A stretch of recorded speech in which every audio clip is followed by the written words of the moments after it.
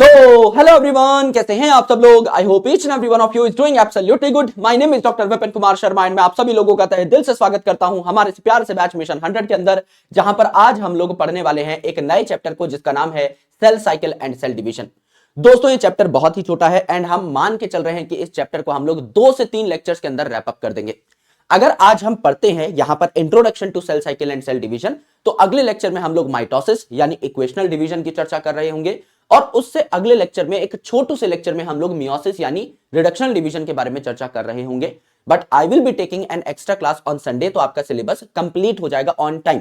अगर प्लानर में इस चैप्टर को 2 दिन दिए हुए हैं और मैं 3 दिन भी लेता हूं, अगर आराम से चीजें बहुत हाई लेवल के क्वेश्चन सॉल्व कराने के साथ अगर मैं आपको ये चैप्टर पढ़ाता हूं, तो भी हमारा 2 ही दिन में कंप्लीट माना जाएगा। बिकॉज संडे को मैं एक एक्स्ट्रा क्लास प्लग इन कर दूंगा जिससे आपका टाइम बच सके और लेक्चर्स जो है वो इतने छोटे छोटे हों, ड्यूरेशन उनकी इतनी परफेक्ट हो कि आप चीजों को बेहतर तरीके से इम्बाइब कर पाए। तो अभी हमारी सिस्टमैटिक्स के तीनों बॉटनी के चैप्टर्स हो चुके हैं, the living world, biological classification and plant kingdom. अगला चैप्टर जो हम स्टार्ट करेंगे वो होगा animal kingdom, just after cell cycle and cell division. Structural organisation unit में हम लोग मॉर्फोलॉजी और एनाटॉमी को पढ़ चुके हैं। स्ट्रक्चरल ऑर्गेनाइजेशन इन एनिमल्स यानी टिश्यूज, फ्रॉग एंड कॉकरोच वाला पार्ट बचा है। एनिमल किंगडम के जस्ट बाद हम उसे स्टार्ट कर देंगे। एंड देन आफ्टर मेरे भाई हमारा साइटोलॉजी में भी cell the unit of life complete हो चुका है। सेल साइकिल सेल डिवीजन अगले 2 दिन में कंप्लीट हो जाएगा एंड इसके बाद हम लोग बायोमोलिक्यूल्स स्टार्ट कर देंगे एंड उसको फिनिश कर देंगे।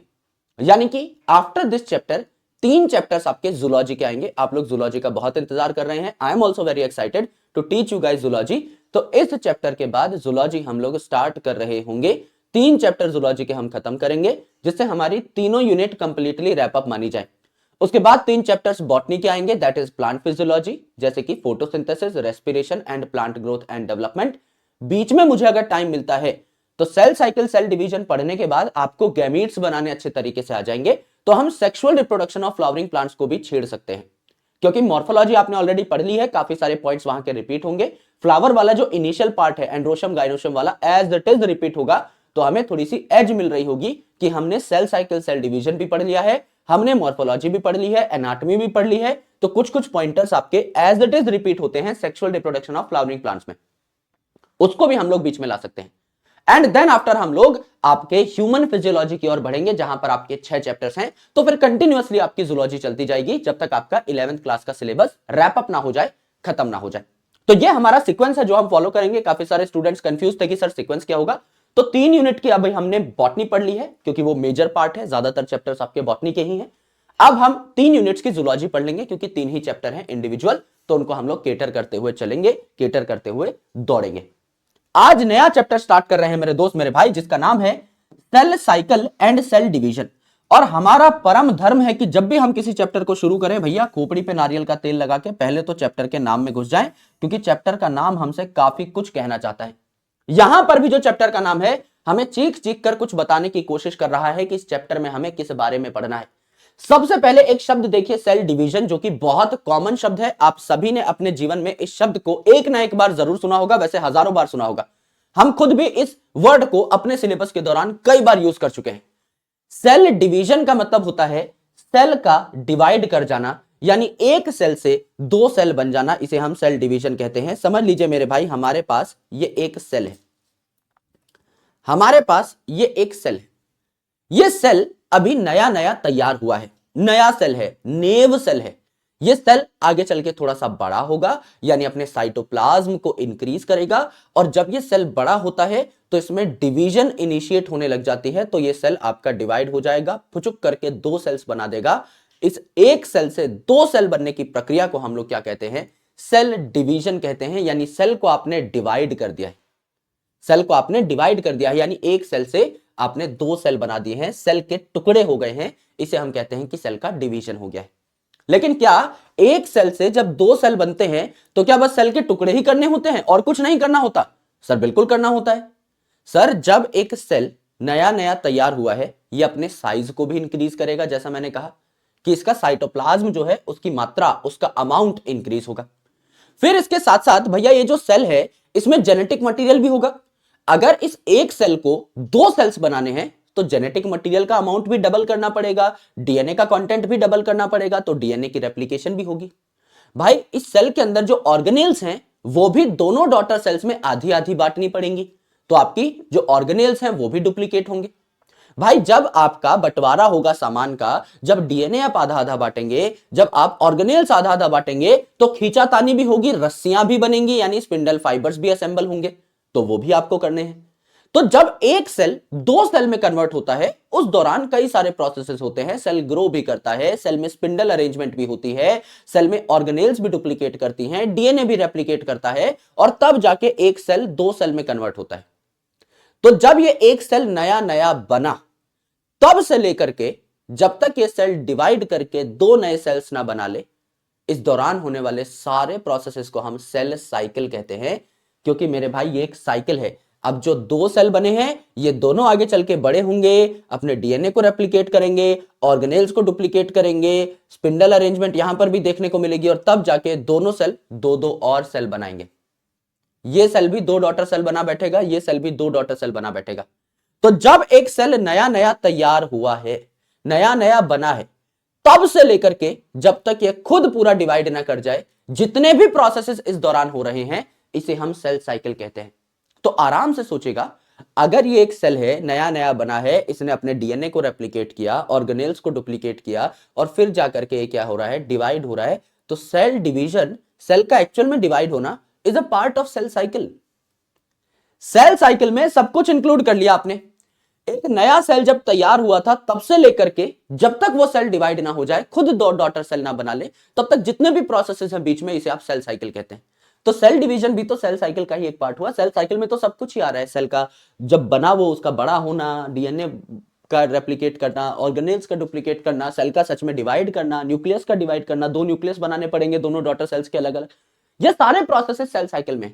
सेल डिवीजन भी तो इसी में बोला हमने, सेल का डिवाइड कर जाना एंड में। तो cell division is the part of cell cycle, ये आप कह सकते हो। कोई पूछा इन दोनों में से बड़ी चीज कौन है, बड़ी तोप कौन है? भैया सेल साइकिल बड़ी तोप है। तो आप कह सकते हैं cell division is a part of cell cycle. Cell cycle का एक भाग है आपका सेल डिवीजन, ये हमने यहां पर देख लिया। अब इसी को थोड़ा और डिटेल में समझते हैं, आगे चलते हैं और प्यार से इस चीज की स्टडी स्टार्ट कर देते हैं। हमारे चैप्टर का नाम है cell cycle and cell division, यानी हम यहां पर सेल कैसे आगे चल के दो डॉटर सेल बनाता है, इस बारे में जानने की कोशिश कर रहे हैं। सबसे पहले हमें यह जानना चाहिए, सबसे पहले we should understand the root cause that why do the cells divide. Cells आखिर डिवाइड ही क्यों करते हैं, है ना? सेल्स को भैया ऐसी क्या खुजली मची है कि भैया मैं डिवाइड करूं? नॉर्मली पड़ा भी तो रह सकता है। एक सेल है, खाओ पियो ऐश करो मित्रों वाली फिलॉसफी क्यों नहीं है इसकी? खा पीकर एक जगह पड़ा क्यों नहीं रहता? क्या दिक्कत है इसको कि डिवाइड करने चल पड़ा है? द प्रॉब्लम इज कि सेल जो है वो अपने साइज को हमेशा बढ़ाने की कोशिश करता है। सेल में निरंतर, कोई एक्टिव सेल है तो उसमें मेटाबॉलिक रिएक्शंस होते हैं, सेल का साइज हमेशा बढ़ता रहता है। एक बात को ध्यान से सुनो और अपने हाथ पे गुदवा लो, माथे पे गुदवा लो मेरे भाई, टैटू बनवा लो। Cytoplasmic increase is a continuous process in cell. अगर कोई सेल है वो एक्टिव है, वो जिंदा है, तो उसमें साइटोप्लाज्मिक इंक्रीज थोड़ा थोड़ा थोड़ा थोड़ा होता रहेगा, सेल का साइज बढ़ता रहेगा। तो अगर एक सेल का साइज बढ़ रहा है, एक छोटा सेल था, उसमें छोटा सा न्यूक्लियस उस सेल को हैंडल कर पा रहा था बहुत बढ़िया तरीके से। क्यों? क्योंकि मेरे भाई छोटा सा न्यूक्लियस है, छोटा सा सेल है, न्यूक्लियस को कहा जाता है ब्रेन ऑफ द सेल। ये एक छोटे सेल को अच्छे से कंट्रोल कर रहा है। जैसे गांव के सरपंच हैं, वो गांव को बढ़िया तरीके से कंट्रोल कर सकते हैं। अब मेरे भाई यहां पर ये जो सेल है, ये अगर थोड़ा बड़ा हो गया तो न्यूक्लियस अब उतना सक्षम नहीं रहा कि इतने बड़े सेल को कंट्रोल कर पाए। अब उसी सरपंच को अगर हम देश का प्रधानमंत्री बना देंगे तो नहीं कर पाएगा भाई काम, क्योंकि उन्होंने गांव को हैंडल किया है, अभी तक बहुत बड़े देश को हैंडल नहीं किया है, तो प्रॉब्लम्स आने लग जाएंगी। तो मेरे भाई यहां पर जो न्यूक्लियस था उसका साइज उतना ही रहा, एंड साइटोप्लाज्म जो है इसका साइज बढ़ गया, तो न्यूक्लियोसाइटोप्लाज्मिक रेशियो बिगड़ जाता है। साइटोप्लाज्म बढ़ रहा है तो न्यूक्लियस कमांड देता है, इंस्ट्रक्शन देता है कि क्यों ना मैं साइटोप्लाज्म को आधा आधा कर दूं, जिससे दोबारा से छोटे हो जाएं सेल, और न्यूक्लियस तो मैं दो बना ही लूंगा, है ना? डीएनए रेप्लिकेट करके न्यूक्लियस में दो बना लूंगा, लेकिन दोनों न्यूक्लियस अब छोटे छोटे गांवों को संभाल रहे होंगे। तो इसीलिए जब भी सेल अपने साइटोप्लाज्म को इंक्रीज करता है, एक लेवल से ज्यादा जब साइटोप्लाज्म बढ़ जाता है, उस टाइम पर न्यूक्लियस इंस्ट्रक्ट करता है सेल को कि भैया सेल की डिवीजन कर डालो, ये जो साइटोप्लाज्म है इसके दो टुकड़े कर डालो, सेल के दो टुकड़े कर डालो, जिससे न्यूक्लियोसाइटोप्लाज्मिक रेशियो दोबारा से रिस्टोर हो जाए। उतना ही हो जाए जितना पहले था, जिससे कि मैं अच्छे तरीके से कंट्रोल कर पाऊं पूरे के पूरे सेल को। तो यहां देखिए इनिशियल साइज जो है आपका एक सेल का वो छोटा है, ये न्यूक्लियस है और ये आपका सेल है, सेल की बाउंड्री है, तो इनिशियल साइज इसका छोटा है। तो मेरे भाई ये जो आपकी ब्रेन ऑफ द सेल है यानी न्यूक्लियस है, ये इजीली कंट्रोल कर पा रही है छोटे सेल को। लेकिन आपको पता है कि सेल जो है कंटिन्यूअसली ग्रो करेगा, क्योंकि साइटोप्लाज्मिक इंक्रीज या cytoplasmic growth is a continuous process. इसीलिए ये पहले साइज था, देखो इतना इतना, ये आपका पहले साइज था इतना, इसलिए हमने यहां पर डॉटेड लाइंस बनाई हैं। ये पहले साइज था, अब साइज बढ़ के इतना हो चुका है, अब साइज बढ़ के इतना हो चुका है। तो ये इनिशियल साइज था, फाइनल साइज बढ़ के बहुत ज्यादा हो चुका है। अगर ये साइज बहुत ज्यादा हो चुका है मेरे बंधु, तो आपका न्यूक्लियस जो है it won't be able to control such large cell. ये जो न्यूक्लियस है इसकी यहां तक तो कमांड बढ़िया जा रही थी, यहां तक कमांड उतनी अच्छी नहीं जा पा रही है, ये इतने बड़े इलाके को ठीक से कंट्रोल नहीं कर पा रहा है, तो सेल में गड़बड़ियां होनी चालू हो जाएंगी अगर ये सेल ऐसे ही बढ़ता रहा तो। सो इट इज इंपॉर्टेंट कि सेल डिवीजन ट्रिगर कर दे न्यूक्लियस, क्योंकि it is brain of the cell, तो ये क्या करेगा, सेल डिवीजन ट्रिगर कर देगा एंड सेल डिवीजन आपकी हो जाएगी और दो छोटे छोटे छोटे छोटे चुटर पुटर सेल्स यहां पर बन जाएंगे। तो एक्चुअल में क्या हुआ मेरे भाई, यहां पर देखिए cytoplasmic increase is a continuous process, very important point from examination point of view. हर फेज में कभी भी आप सेल को देखें, हर फेज में साइटोप्लाज्मिक इंक्रीज हो सकता है, it is a continuous process, ठीक है। Why cells divide, when a cell grow its nucleocytoplasmic ratio is disturbed, यानी न्यूक्लियस और साइटोप्लाज्म का रेशियो बिगड़ जाता है। अब देखो न्यूक्लियस उतना ही रहा, लेकिन साइटोप्लाज्म आपका क्या हो चुका है, बढ़ चुका है। तो अगर कोई n/c रेशियो पूछे, भाई n/c रेशियो पूछे, लेट्स से न्यूक्लियस आपका पहले 1 था साइज में, है ना, बाद में भी आपका क्या रहा, 1 ही रहा, ठीक है। लेकिन साइटोप्लाज्म पहले 1 था, बाद में बढ़ के 2 हो गया। तो बताओ भैया n/c रेशियो बढ़ा या घटा, sir 1/1 is equal to 1, 1/2 is equal to 0.5, भैया 0.5 तो कम होता है 1 से, तो न्यूक्लियोसाइटोप्लाज्मिक रेशियो कम हो गया, कम हो गया। अगर आप C/N रेशियो की बात करें तो n तो कॉमन था आपके दोनों केसेस में, न्यूक्लियस में तो कोई फर्क पड़ा ही नहीं, साइटोप्लाज्म आपका समझ लीजिए डबल हो गया, डबल हो गया। तो पहले आपका 1 था, बाद में आपका डबल हो गया। तो पहले आपका 1 आ रहा था, बाद में 2/1 इज इक्वल टू 2 आया, तो C/N रेशियो आपका बढ़ा, 1 से 2 हो गया। तो डिपेंड करता है आपको सवाल में क्या दिया है, n/c रेशियो या C/N रेशियो।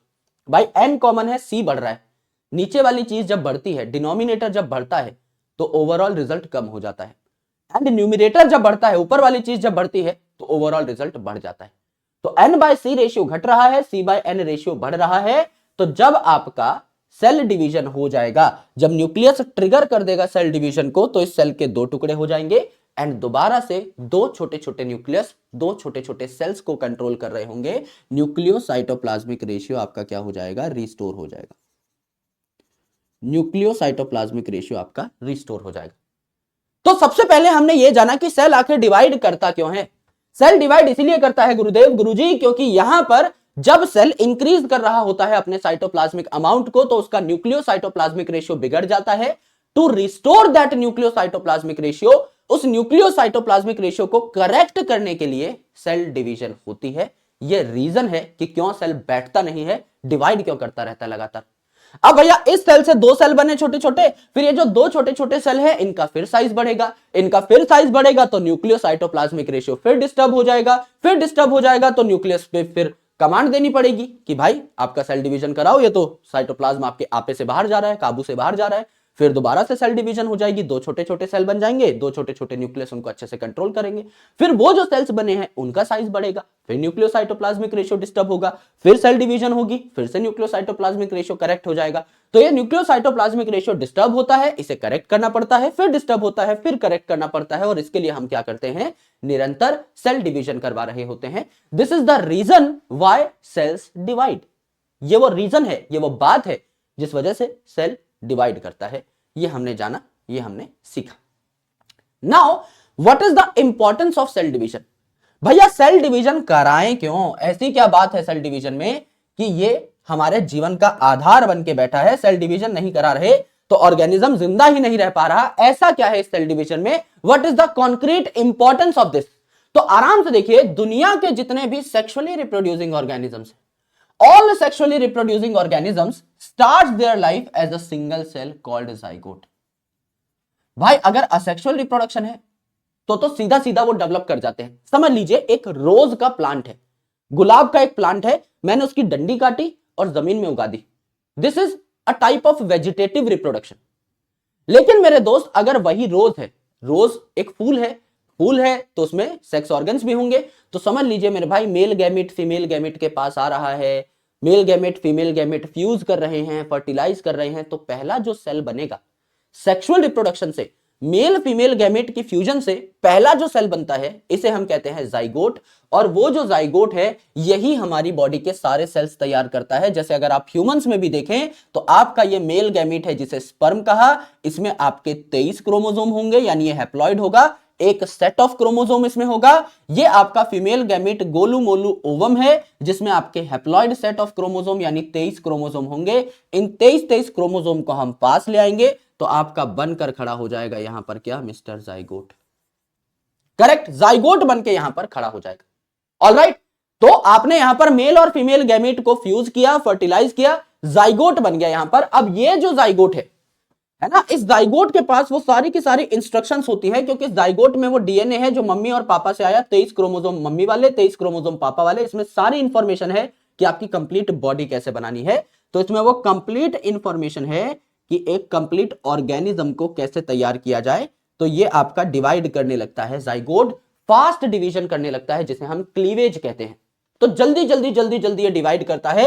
एक जाइगोट से 2 सेल बनेंगे, 2 से 4 सेल बनेंगे, 4 से 8 सेल बनेंगे, एंड ऐसे करते करते करते करते आपके मिलियंस ऑफ सेल्स बन जाएंगे। एंड हमारी बॉडी में ये जो मिलियंस ऑफ सेल्स हैं ये बिलियंस ऑफ सेल्स बनाएंगे, ट्रिलियंस ऑफ सेल्स बनाएंगे, और हमारी कॉम्प्लिकेटेड जो बॉडी है, जो आपके सामने हमारा शरीर आपको दिखाई दे रहा है, ये जो पूरा ढांचा तैयार हुआ है, ये पूरा का पूरा तैयार हो जाएगा with the help of cell division.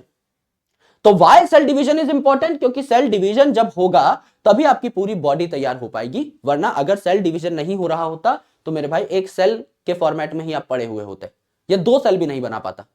तो एक सेल से 2 सेल बनना, डबल हो गया सेल का अमाउंट, यानी आपका सेल का नंबर, यानी अल्टीमेटली क्या हुआ, सेल डिवीजन हुई है। 2 से 4 सेल, 4 से 8 सेल, 8 से 16, 16 से 32, 32 से 64, 128, 256, 512 एंड सो ऑन। आपके नंबर डबल होते जा रहे हैं बिकॉज सेल डिवीजन हो रहा है। तो ये जो सेल डिवीजन है आपकी बॉडी तैयार करता है, सबसे इंपॉर्टेंट काम है ना। दूसरी इंपॉर्टेंट चीज, मिलियंस ऑफ सेल्स यानी सेल्स की कॉलोनीज जो हैं ये भी आपका सिंगल सेल द्वारा ही क्रिएट करी जा सकती हैं बाय कंटिन्यूअस सेल साइकिल, जैसे बैक्टीरिया करता है। एक बैक्टीरिया से 2 बने, 4 बने, 8 बने, 16 बने, 32 बने, 64 बने, 128, 256, 512, 1024, 2048 एंड सो ऑन, बनते गए सेल्स। जब आपने बैक्टीरिया को कल्चर प्लेट पे ग्रो किया, एक प्लेट जिसमें खाने पीने का मटेरियल दिया हुआ है, कल्चर मीडियम दिया हुआ है, उसके ऊपर आपने एक बैक्टीरिया उगाया। वो बैक्टीरिया अपना नंबर बढ़ाते बढ़ाते, एवरेज अगर समझ लीजिए आपने ई कोलाई उगाया, 20 मिनट में भी वो डिवाइड कर रहा है, तो अगले 8 से 10 घंटों में वो एक कॉलोनी बना के बैठा होगा जो कि आंखों से दिखाई देगी। भाई समझ लीजिए ये आपकी कल्चर प्लेट है। इस कल्चर प्लेट पे एक बैक्टीरिया है, ये भी मैं आपके रेफरेंस के लिए बना रहा हूं। एक बैक्टीरिया आप नेकेड आई से नहीं देख सकते, लेकिन ये एक बैक्टीरिया जब 2 बनाएगा, 4 बनाएगा, 8 बनाएगा, 16 बनाएगा, ऐसे करते करते जब करोड़ों बैक्टीरिया बना लेगा तो इसकी पूरी एक कॉलोनी आपको दिखाई देने लग जाती है, विजिबल होती है नेकेड आई से। ये करोड़ों बैक्टीरिया का झुंड अगर एक जगह पर है तो ये आपको विजिबल होता है, ये आपको साफ साफ साक्षात दिखाई देता है। तो विजिबल कॉलोनी भी बना लेते हैं। यस, तो ये आपका क्या है, कल्चर प्लेट है। This is your culture plate. And ये क्या है, आपका बैक्टीरियल कॉलोनी है।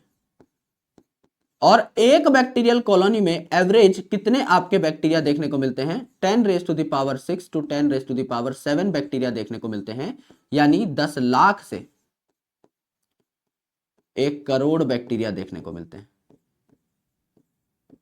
एक कॉलोनी में। अब 1 करोड़ बैक्टीरिया इकट्ठे हो गए तो साफ साफ आंखों से दिखाई ही देंगे ना। एक बैक्टीरिया को देखना मुश्किल है, 1 करोड़ बैक्टीरिया को देखना तो कंपैरेटिवली काफी आसान है, इसीलिए दिखाई देते हैं।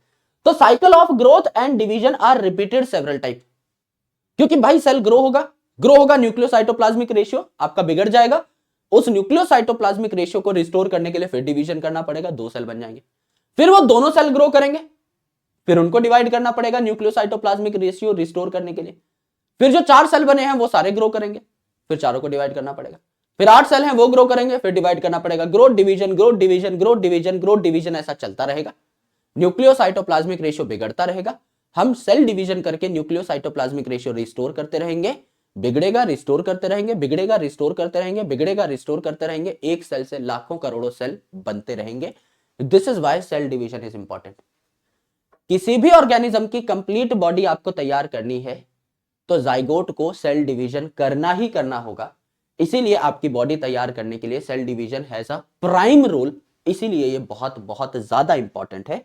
ये हमने देखा, ये हमने सीखा। करेक्ट। अब देखिए एनसीईआरटी में एक बात कही है और बात बड़ी प्यारी है, इसीलिए इसको थोड़ा डेप्थ में अलग से समझेंगे हम लोग। लाइन ये कहती है, कवि ये कहते हैं कि growth and reproduction are properties of cells and that of individual organisms too. अर्थात चाहे आप सेल की बात करें, एक सेल की बात करें, या चाहे आप इंडिविजुअल ऑर्गेनिज्म की बात करें, पूरे जीव की बात करें, पूरे ऑर्गेनिज्म की बात करें, ये जो है आपके ग्रोथ और रिप्रोडक्शन दिखाते हैं। गुरुजी ये क्या बात हो गई? जैसे सेल में ग्रोथ की अगर मैं बात करूं तो आपको मैंने बताया सेल जो है इसका साइज हमेशा बढ़ता रहता है, क्योंकि cytoplasmic increase is a continuous process. तो साइटोप्लाज्म में इंक्रीमेंट आपको देखने को मिलेगा। तो ग्रोथ जो है मेरे दोस्त, ये आपकी सेल में होती रहेगी, साइटोप्लाज्मिक इंक्रीज हमेशा होती रहेगी, तो सेल तो ग्रो करता रहेगा। और सेल रिप्रोड्यूस भी करेगा। कैसे मेरे भाई? सेल रिप्रोड्यूस करेगा मतलब अगर कोई सेल है तो उसका नंबर जब बढ़ जाए, increase in number and increase in mass, इसको हम क्या कहते हैं? बेसिकली ग्रोथ कहते हैं। द लिविंग वर्ल्ड चैप्टर में आपको बेसिकली ये पढ़ाया जाता है। तो मेरे दोस्त इंक्रीज इन मास, अगर जैसे आप जब पैदा हुए थे छोटे थे, उस कंपैरिजन में आपका मास बढ़ गया है तो आपकी ग्रोथ हुई है। रिश्तेदार मिलते हैं, देखते ही बोलते हैं अरे बच्चा बड़े बड़े हो गए हो भाई, है ना? ग्रोथ हुई है, विजिबल है, दिखाई दे रहा है। पहले चिंगू मिंगू से थे, अब बड़े हो। सिमिलरली एक सेल की ग्रोथ क्या है कि वो डिवाइड कर जाए। तो ये एक सेल है जिसे पेरेंट सेल कहा। ये अगर डिवाइड कर गया, नंबर अगर बढ़ गए, तो मेरे भाई इसे भी हम क्या कहेंगे? ग्रोथ कहेंगे। नंबर अगर बढ़ गए तो इसे हम क्या कहेंगे? ग्रोथ कहेंगे या रिप्रोडक्शन कहेंगे। ठीक है। अब मेरे भाई यहां पर ग्रोथ हुई आपकी साइटोप्लाज्मिक इंक्रीज के फॉर्मेट में भी, और आपका रिप्रोडक्शन हुई आपकी सेल डिवीजन के फॉर्मेट में भी। यानी कि एक सेल जो है वो अपना साइज बढ़ाएगा, डिवाइड कर जाएगा, साइज बढ़ाएगा, डिवाइड कर जाएगा, कंटिन्यूअसली आपके काम होते रहेंगे। तो सेल जो है ये भी ग्रोथ और रिप्रोडक्शन दिखाता है।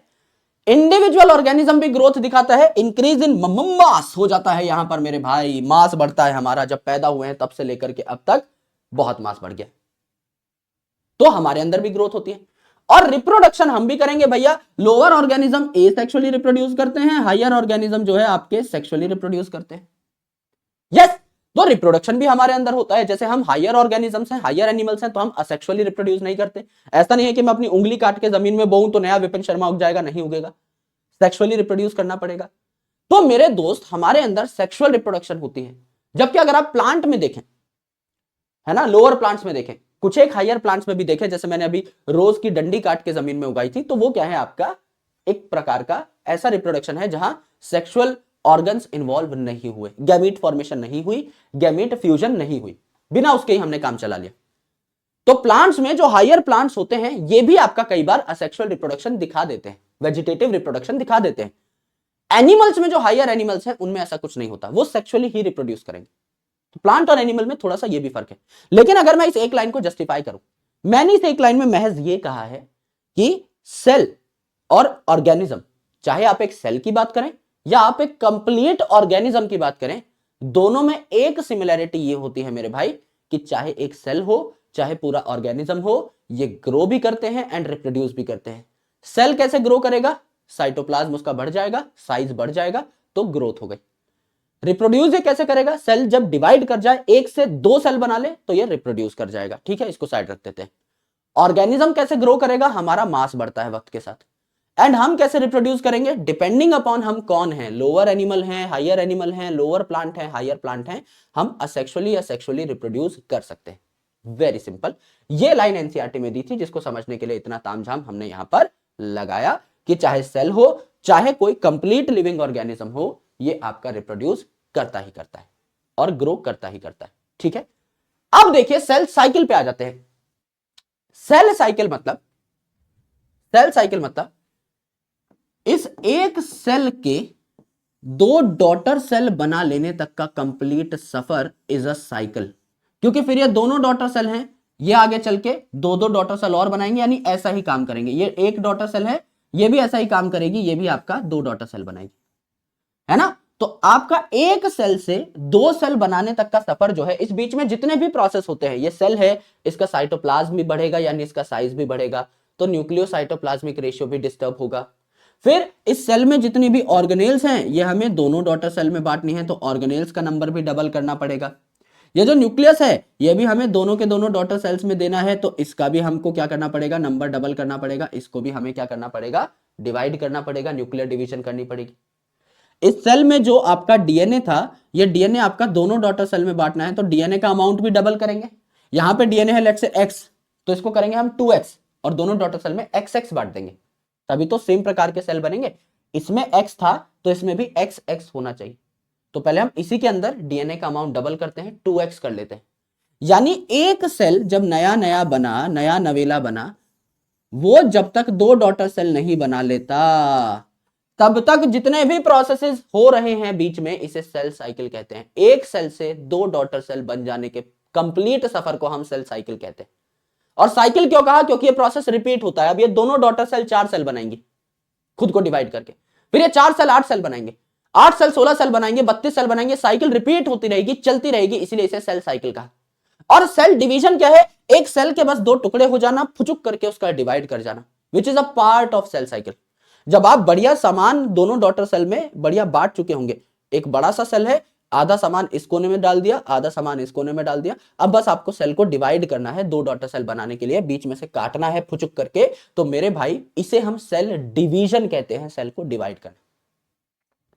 तो cell division is just a part of cell cycle. Cell cycle में तो बहुत कुछ हो रहा है, एक छोटा सा सेल था, वो सेल बड़ा हुआ, साइटोप्लाज्मिक इंक्रीज हुआ, उसका न्यूक्लियस जो है इसको हमने डिवाइड किया, ऑर्गेनेल्स को डुप्लीकेट किया, उनको डिवाइड किया, और उसके बाद एंड में बस हम चीरा जो मार रहे हैं, दैट इज सेल डिवीजन। यानी cell division is a minor part of complete cell cycle.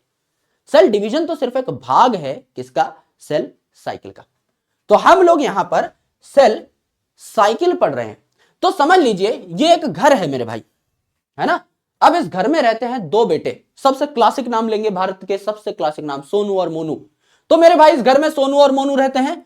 तो अब इस घर का बंटवारा होने लग पड़ा, सोनू मोनू में एक दिन भयंकर लड़ाई हो गई मेरे भाई, है ना। एक संतरा के पीछे लड़ाई हो गई कि भाई संतरा कौन खाएगा। सोनू मोनू ने लड़ाई कर ली भाई, आधी आधी संतरा दोनों भाइयों को नहीं मिली, दोनों में जो है मतभेद हो गया खतरनाक। तो दोनों ने कहा भाई अब तुम आधे घर में रहो, मैं आधे घर में रहूंगा। यहां पर सोनू को मिली खिड़की और मोनू को मिली चिमनी। अब मोनू भाई बोले मैं रोटी कैसे बनाऊं, मुझे चिमनी चाहिए। सोनू भाई बोले भैया मैं हवा कैसे खाऊं, मुझे खिड़की चाहिए। तो बिफोर डिवीजन, बंटवारे से पहले अगर आपको एकदम बराबर बंटवारा करना है, बराबर विभाजन करना है, तो आपको घर को एकदम दोनों साइड्स पे बराबर रखना पड़ेगा। इसे हम कहते हैं आपका एक तरीके से प्रेपरेशन फॉर सेल डिवीजन। अगर ये एक सेल है और मैं इसको डिवाइड करना चाहता हूं, तो अगर मैं आज डिवाइड कर दूं तो बराबर डिवीजन नहीं हुई, इस साइड खिड़की आ गई, इस साइड चिमनी आ गई। तो मैं क्या कर दूंगा, एक नई विंडो बना दूंगा, एक नई खिड़की बना दूंगा एंड एक नई चिमनी बना दूंगा, तब काम चलेगा। इस साइड खिड़की थी, इस साइड खिड़की बना दी, इस साइड चिमनी थी, इस साइड चिमनी बना दी। अब क्या ये सेल आपकी दो दो चीजें लेकर बैठा है, दो दो खिड़की, दो दो चिमनी। सिमिलरली जब एक सेल डिवाइड करता है तो हमको दोनों डॉटर सेल में ऑर्गेनेल्स भेजनी है, तो पहले जो पेरेंट सेल है इसमें ऑर्गेनेल्स का नंबर हम डबल कर लेते हैं कि आधी आधी हम डॉटर सेल्स में भेज देंगे।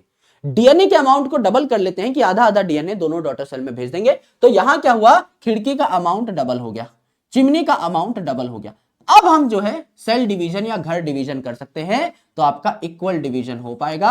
अब सोनू भैया को भी आपका क्या मिल गई, खिड़की चिमनी, और मोनू भैया को भी क्या मिल गई, आपकी खिड़की चिमनी मिल गई। तो इक्वल आपके सेल्स यहां पर बन रहे होंगे। सिमिलरली अगर सेल का ही रेफरेंस लें, समझ लीजिए मेरे भाई यहां पर एक सेल है जिसमें न्यूक्लियस है, यहां पर माइटोकॉन्ड्रिया है, क्लोरोप्लास्ट है और पेरोक्सिसोम है। अब मेरे भाई अगर आप इस सेल को डिवाइड करना चाहते हैं तो इस सेल का साइज भी बढ़ेगा, साइटोप्लाज्मिक इंक्रीज भी होगा। मुझे दोनों डॉटर सेल में न्यूक्लियस देना है तो न्यूक्लियस भी मेरे पास 2 बनने चाहिए। दोनों डॉटर सेल में मुझे माइटोकॉन्ड्रिया भी देना है तो माइटोकॉन्ड्रिया भी मैंने डुप्लीकेट किए। दोनों डॉटर सेल में मुझे क्लोरोप्लास्ट भी देना है, क्लोरोप्लास्ट भी मैंने डुप्लीकेट कर लिए। दोनों डॉटर सेल में मुझे पेरोक्सिसोम भी देना है तो पेरोक्सिसोम भी मैंने डुप्लीकेट कर लिए। और फिर जब ये सारा का सारा सामान मैंने डुप्लीकेट कर लिया, इनको सेल के 2 कोनों में भेज दिया, 2 पोल्स पे भेज दिया। So this is first pole, this is first pole and this is second pole। दोनों पोल्स में मैंने सामान भेज दिया। अगर दोनों पोल्स में सामान भेज दिया है मेरे भाई मेरे बंधु, तो इस सेल को मैं बीच में से काट दूंगा, इसके चीथड़े उड़ा दूंगा, ठीक है। तो 2 टुकड़े आपके हो जाएंगे। ये आपका न्यूक्लियस है, माइटोकॉन्ड्रिया है, क्लोरोप्लास्ट है, आपका पेरोक्सिसोम है। यहां भी न्यूक्लियस है, माइटोकॉन्ड्रिया है, क्लोरोप्लास्ट है, पेरोक्सिसोम है। एकदम बराबर सेल के 2 टुकड़े हो गए, डॉटर सेल बन गए। यानी जब ये सेल डिवाइड करने लगता है, जब ये सेल साइकिल में एंटर करता है, तो इसका साइज भी बढ़ेगा, न्यूक्लियस जो है ये भी डिवाइड होगा, ऑर्गेनेल्स भी आपकी रेप्लिकेट करेंगी। न्यूक्लियस के अंदर जो डीएनए था उसका भी अमाउंट डबल किया, जिससे आधा आधा अमाउंट 2 डॉटर सेल को दे दिया। कई काम हुए और तब जाके हमने इसके 2 टुकड़े किए, यानी सेल डिवीजन बाद में किया। तो cell division is just a part of cell cycle. Cell cycle में आपके कई काम होते हैं, सेल डिवीजन भी उन कामों में से एक है।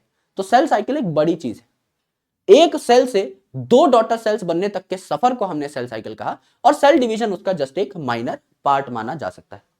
तो ऐसे ही जब आप सेल को डिवाइड करेंगे तो आपको कई तैयारियां करनी पड़ेंगी, प्रेपरेशन करनी पड़ेगी। पहले ऑर्गेनेल्स डुप्लीकेट होंगी, डीएनए रेप्लिकेट होगा, न्यूक्लियस जो है वो 2 बनेंगे, एंड उसके बाद आपका सेल डिवीजन हो रहा होगा। This is your cell cycle का एक जनरल ओवरव्यू कि एक्चुअल में होता क्या है। अब इनके टेक्निकल नाम पढ़ने हैं हमको। ये तो जनरल बात हो गई सर, बेसिक बात हो गई, घरेलू बात हो गई, लेकिन अब इसको डिटेल में कैसे पढ़ा जाए, that is something we have to understand. तो सेल साइकिल के जितने भी इवेंट्स हैं वो हम ठीक तरीके से देख लेते हैं मेरे भाई, अच्छे तरीके से पढ़ लेते हैं, आराम से देखेगा।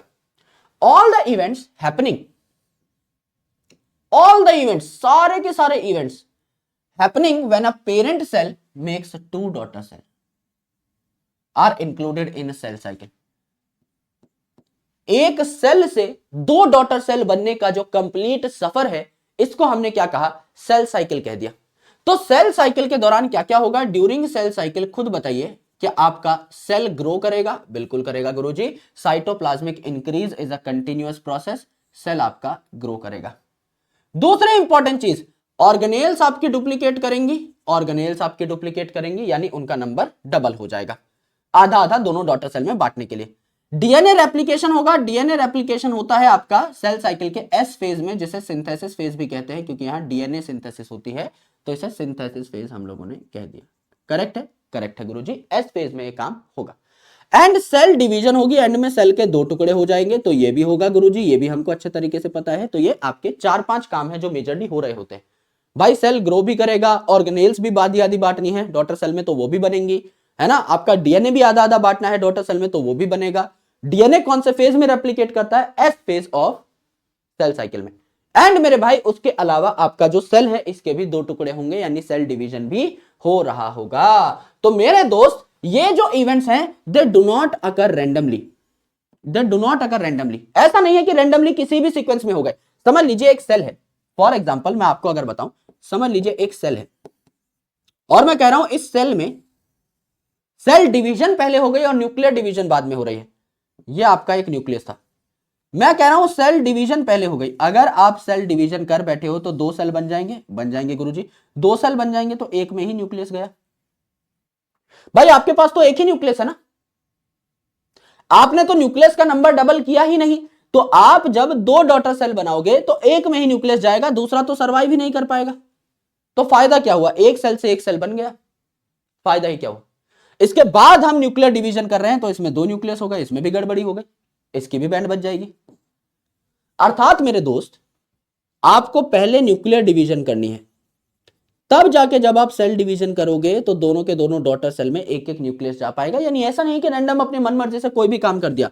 ये जो सारे के सारे प्रोसेसेस हैं they are highly coordinated processes, ये जो आपके प्रोसेसेस है they are highly coordinated in nature, यानी एक पर्टिकुलर सीक्वेंस में ये सारे के सारे काम हो रहे होते हैं, रैंडम काम नहीं हो रहे होते। And they are highly regulated also, यानी इनको हम कंट्रोल भी कर सकते हैं कि कहीं कोई गड़बड़ी ना हो जाए। They are highly regulated processes also, they are under genetic control. कुछ प्रोटीन है जो कि आपके इन प्रोसेसेस को कंट्रोल कर रहे होते हैं। तो there are two major proteins जिनके सिर्फ आपको नाम याद करने होते हैं, एनसीईआरटी में नहीं है ये टॉपिक। दो मेजर प्रोटीन है जो कि आपके इन सारे के सारे सेल साइकिल के कामों को रेगुलेट करते हैं। सबसे पहला है साइक्लिन प्रोटीन, सेल साइकिल को कंट्रोल करने वाला साइक्लिन प्रोटीन, साइकिल से ही साइक्लिन नाम याद हो जाता है। और दूसरा है साइक्लिन पे डिपेंड करने वाले काइनेजेस, काइनेजेस जो आपका फॉस्फेट ग्रुप का आदान प्रदान करते हैं, फॉस्फेट ग्रुप को ट्रांसफर करते हैं। साइक्लिन डिपेंडेंट काइनेजेस, इनको सीडीके कहते हैं। साइक्लिन डिपेंडेंट काइनेजेस, इनको सीडीके कहते हैं हम लोग। तो आपका साइक्लिन और सीडीके ये दो आपके ऐसे प्रोटीन्स हैं जो आपके सेल साइकिल में होने वाले सारे के सारे इवेंट्स को कंट्रोल कर रहे होते हैं, रेगुलेट कर रहे होते हैं। ये आपने देखा। यस, और डीएनए जब आप डिवाइड कर रहे होते हैं, यानी बेसिकली डीएनए का जब आप अमाउंट डबल करते हैं, डीएनए को जब आप रेप्लिकेट करते हैं, रेप्लिकेट करना मतलब कॉपी बनाना, क्योंकि डीएनए को आपको डिवाइड करना है, दो डॉटर सेल्स में डीएनए भेजना है, तो डीएनए का पहले अमाउंट तो डबल कर लो। जब आप डीएनए की कॉपी बनाते हैं, समझ लीजिए ये मेरे पास इतना डीएनए था एक सेल में, मेरे पास एक डीएनए में, एक सेल में इतना डीएनए था, मैं इसको रेप्लिकेट करके इसका अमाउंट डबल कर ले रहा हूं। ये एक डॉटर सेल में भेज दूंगा, ये दूसरे डॉटर सेल में भेज दूंगा, करेक्ट। तो जब मैं इस डीएनए की कॉपी बना रहा हूं, ये कॉपी एग्जैक्ट कॉपी होनी चाहिए, इसकी कोई गड़बड़ नहीं होनी चाहिए। तो ये जो कॉपी करने का मैकेनिज्म है, डीएनए रेप्लिकेशन का जो मैकेनिज्म है, it should be error free, it should be very very error free. अगर आपके डीएनए में ही मिस इंफॉर्मेशन है, भाई डीएनए ही आपके सेल में सब कुछ करा रहा है, डीएनए ही आपकी बॉडी में सब कुछ करा रहा है, it is your genetic material. अगर डीएनए की ही बैंड बजी हुई है, डीएनए में ही इंफॉर्मेशन गलत है, तो आपकी बॉडी में काम सही कैसे हो सकता है? इसीलिए जैसा आपके पेरेंट सेल का डीएनए है, सेम टू सेम वैसे ही आपकी कॉपी बननी चाहिए और डॉटर सेल में जानी चाहिए। It should be error free. तो इसको भी हम लोग चेक करते हैं। तो डीएनए जो है, जो रेप्लिकेट हुआ है, ये विदाउट एरर होना चाहिए। अगर कोई एरर हो भी गया है, उसको हम करेक्ट कर देते हैं, सो दैट दोनों की दोनों डॉटर सेल्स को इंटैक्ट जीनोम मिले। इंटैक्ट मतलब अनछुआ जीनोम मिले।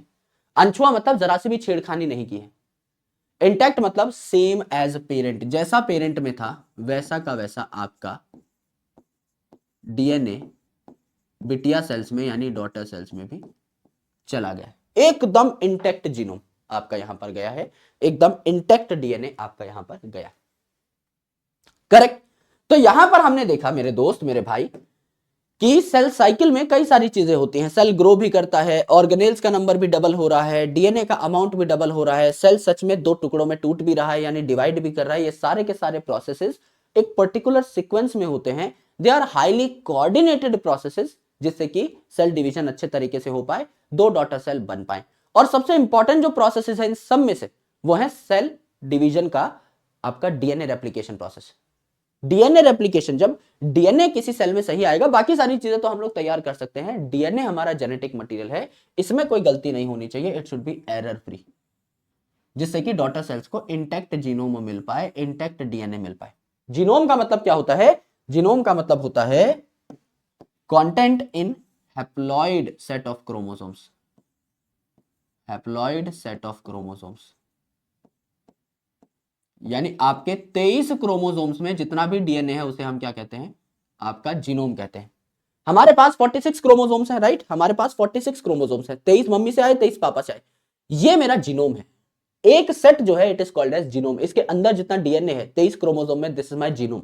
इन 23 क्रोमोसोम में जितना डीएनए है, that is my genome. Yes, तो इंटैक्ट जीनोम यानी इंटैक्ट डीएनए, सिंपल भाषा में आप कह सकते हो कि आपके डॉटर सेल्स तक पहुंचना चाहिए अच्छे तरीके से। और ये सारे के सारे processes they are under check. इनको चेक किया जाता है, कहीं कोई गड़बड़ तो नहीं हो गई। तो इनको रेगुलेट करने का काम किसका है? आपका cyclin and cyclin dependent kinases का। ये दो प्रोटीन्स काम कर रहे होते हैं इनको रेगुलेट करने के लिए। अब time for cell division, very important, very very very very very important. सीधा सवाल पूछा जाता है और आसान सवाल पूछा जाता है। टाइम फॉर सेल डिवीजन मतलब अलग अलग ऑर्गेनिजम्स को डिवाइड करने के लिए, अलग अलग ऑर्गेनिजम्स के अलग अलग सेल्स को भी डिवाइड करने के लिए डिफरेंट टाइम चाहिए होता है। जैसे अगर मैं बैक्टीरिया की तुलना करूं खुद से, तो बैक्टीरिया जो है, समझ लीजिए ई कोलाई, उसको एक सेल से 2 सेल बनाने में कितना टाइम लगेगा सर? 20 मिनट का टाइम लगेगा। लेकिन मेरे ह्यूमन चीक सेल की अगर मैं बात करूं तो चीक सेल को एक सेल से 2 सेल बनाने में कितना टाइम लगेगा? 24 घंटे का टाइम लग जाएगा। मेरे चीक सेल को, गाल के सेल को एक सेल से 2 सेल बनाने में 24 घंटे का टाइम लग रहा है, जबकि बैक्टीरिया वही काम 20 मिनट में कर सकता है। ईस्ट जो कि सबसे सिंपल फंगस है, यूनिसेलुलर फंगस है, वो मात्र 1.5 घंटे में डिवाइड कर सकता है, क्योंकि बैक्टीरिया से तो ज्यादा ही कॉम्प्लिकेटेड है, यूकैरियोटिक है। उसको 1.5 घंटे में आप डिवाइड कर सकते हैं बड़ी आसानी से। कुछ सेल्स ऐसे हो सकते हैं जो एक बार बन गए तो बन गए, फिर जिनमें डिवीजन की कैपेसिटी नहीं होती। और कुछ सेल होते हैं जो बहुत लेट डिवाइड करते हैं, जैसे कि ई कोलाई मैंने बताया 20 मिनट में डिवाइड कर जाएगा, सिंपल बैक्टीरिया है। ईस्ट जिसे हम सैकरोमाइसिस कहते हैं, ये एक यूनिसेलुलर फंगस है, ये 1.5 घंटे में यानी 90 मिनट में डिवाइड कर जाता है। ह्यूमन चीक सेल की अगर आप बात करें तो ये लगभग 24 घंटे में यानी 1 डे में आपका डिवाइड कर जाता है। एक दिन में ये 1 से 2 सेल बना पाएगा। And cells of lining of stomach, stomach की जो लाइनिंग है, समझ लीजिए ये आपका स्टमक है ना, ये आपका स्टमक है। तो स्टमक में क्या बनता है भैया? HCl बनता है, हाइड्रोक्लोरिक एसिड बनता है। तो वो स्टमक की लाइनिंग को क्या कर देता है? आपका एक्सकोरिएट कर देता है, छील देता है, क्योंकि आपका बहुत ही स्ट्रॉन्ग एसिड है। तो ये जो स्टमक की लाइनिंग है, अंदर की जो लाइनिंग है, अंदर की जो दीवार है, इसके सेल्स को हमें रिप्लेस करते रहना पड़ता है। तो इसका रिप्लेसमेंट रेट क्या है? एक हफ्ते में 2 बार ये लाइनिंग बदली जाती है, यानी मान के चलिए एवरेज 3 से 4 दिन में एक बार ये लाइनिंग आपकी बदली जाएगी। तो लगभग 3.5 से 4 दिन या 3 से 4 दिन आप लिख लीजिए, हफ्ते में 2 बार आपकी लाइनिंग बदली जाती है। तो इतने टाइम में पेट के जो सेल्स है ये डिवाइड करके अपने आप को दोबारा तैयार कर लेते हैं।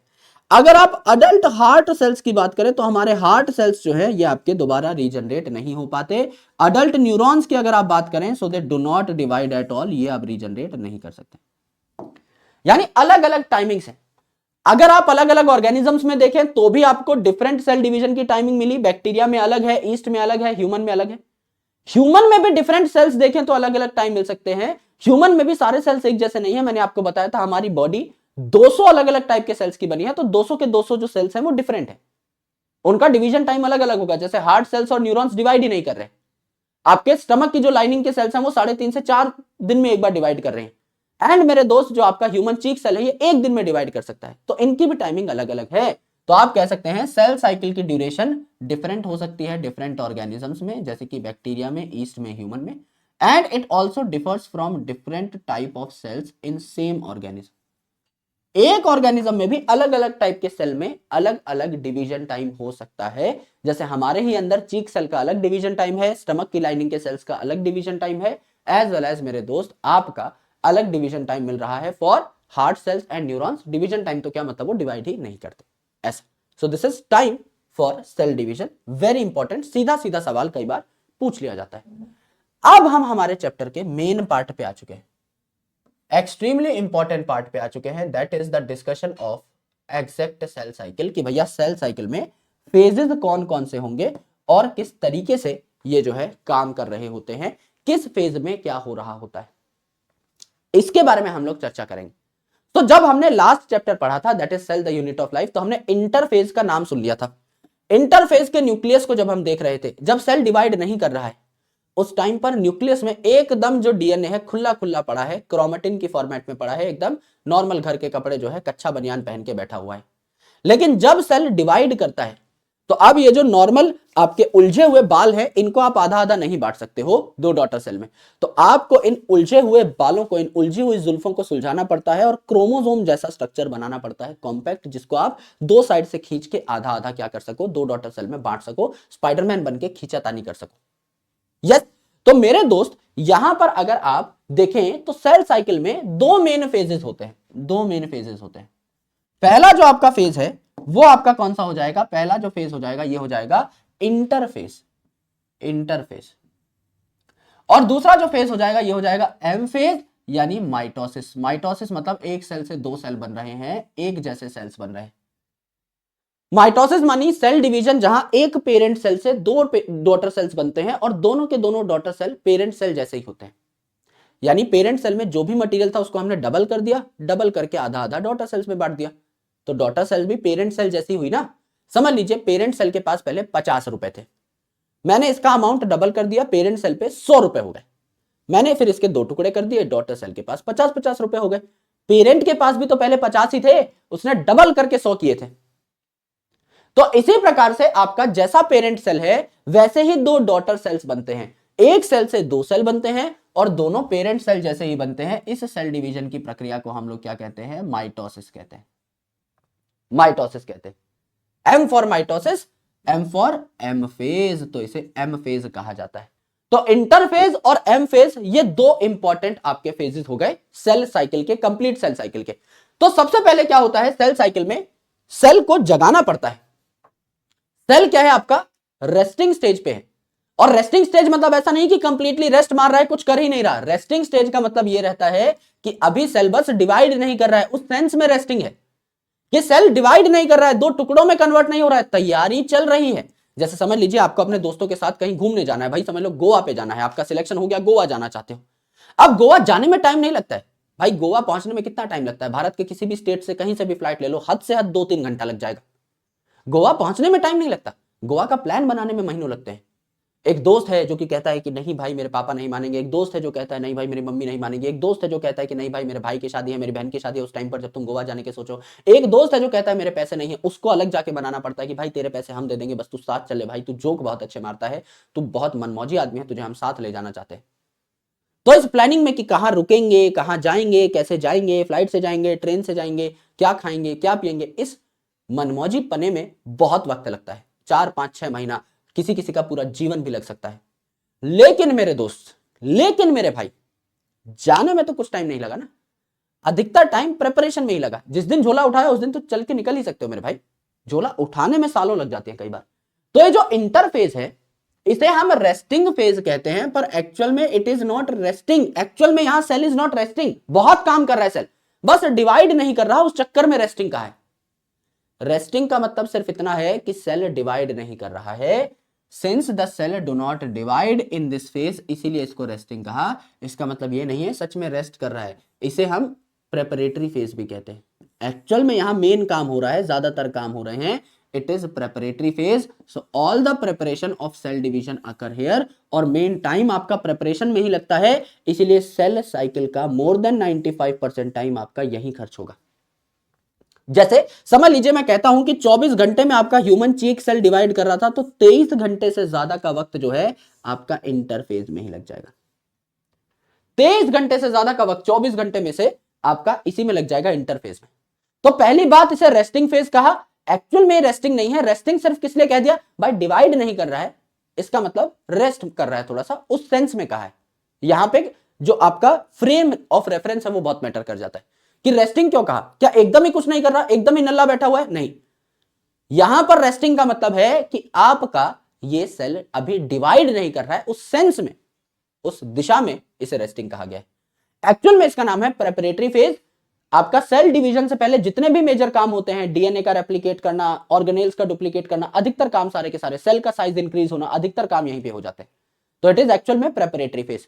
इसीलिए इसमें सेल साइकिल का 95% से भी ज्यादा टाइम खर्च होता है। अगर आप बात करें ह्यूमन चीक सेल की, जो कि 24 घंटे में एक बार डिवाइड कर रहा था, उसमें अगर आप देखें तो इंटरफेज 23 घंटे से भी ज्यादा का टाइम खा जाता है। ठीक है, इसके भी 3 सब फेजेस हैं, इंटरफेज में भी 3 सब फेजेस हैं। G1 यानी गैप 1, S यानी सिंथेसिस फेज जहां पे डीएनए की सिंथेसिस होगी, एंड G2 यानी गैप 2।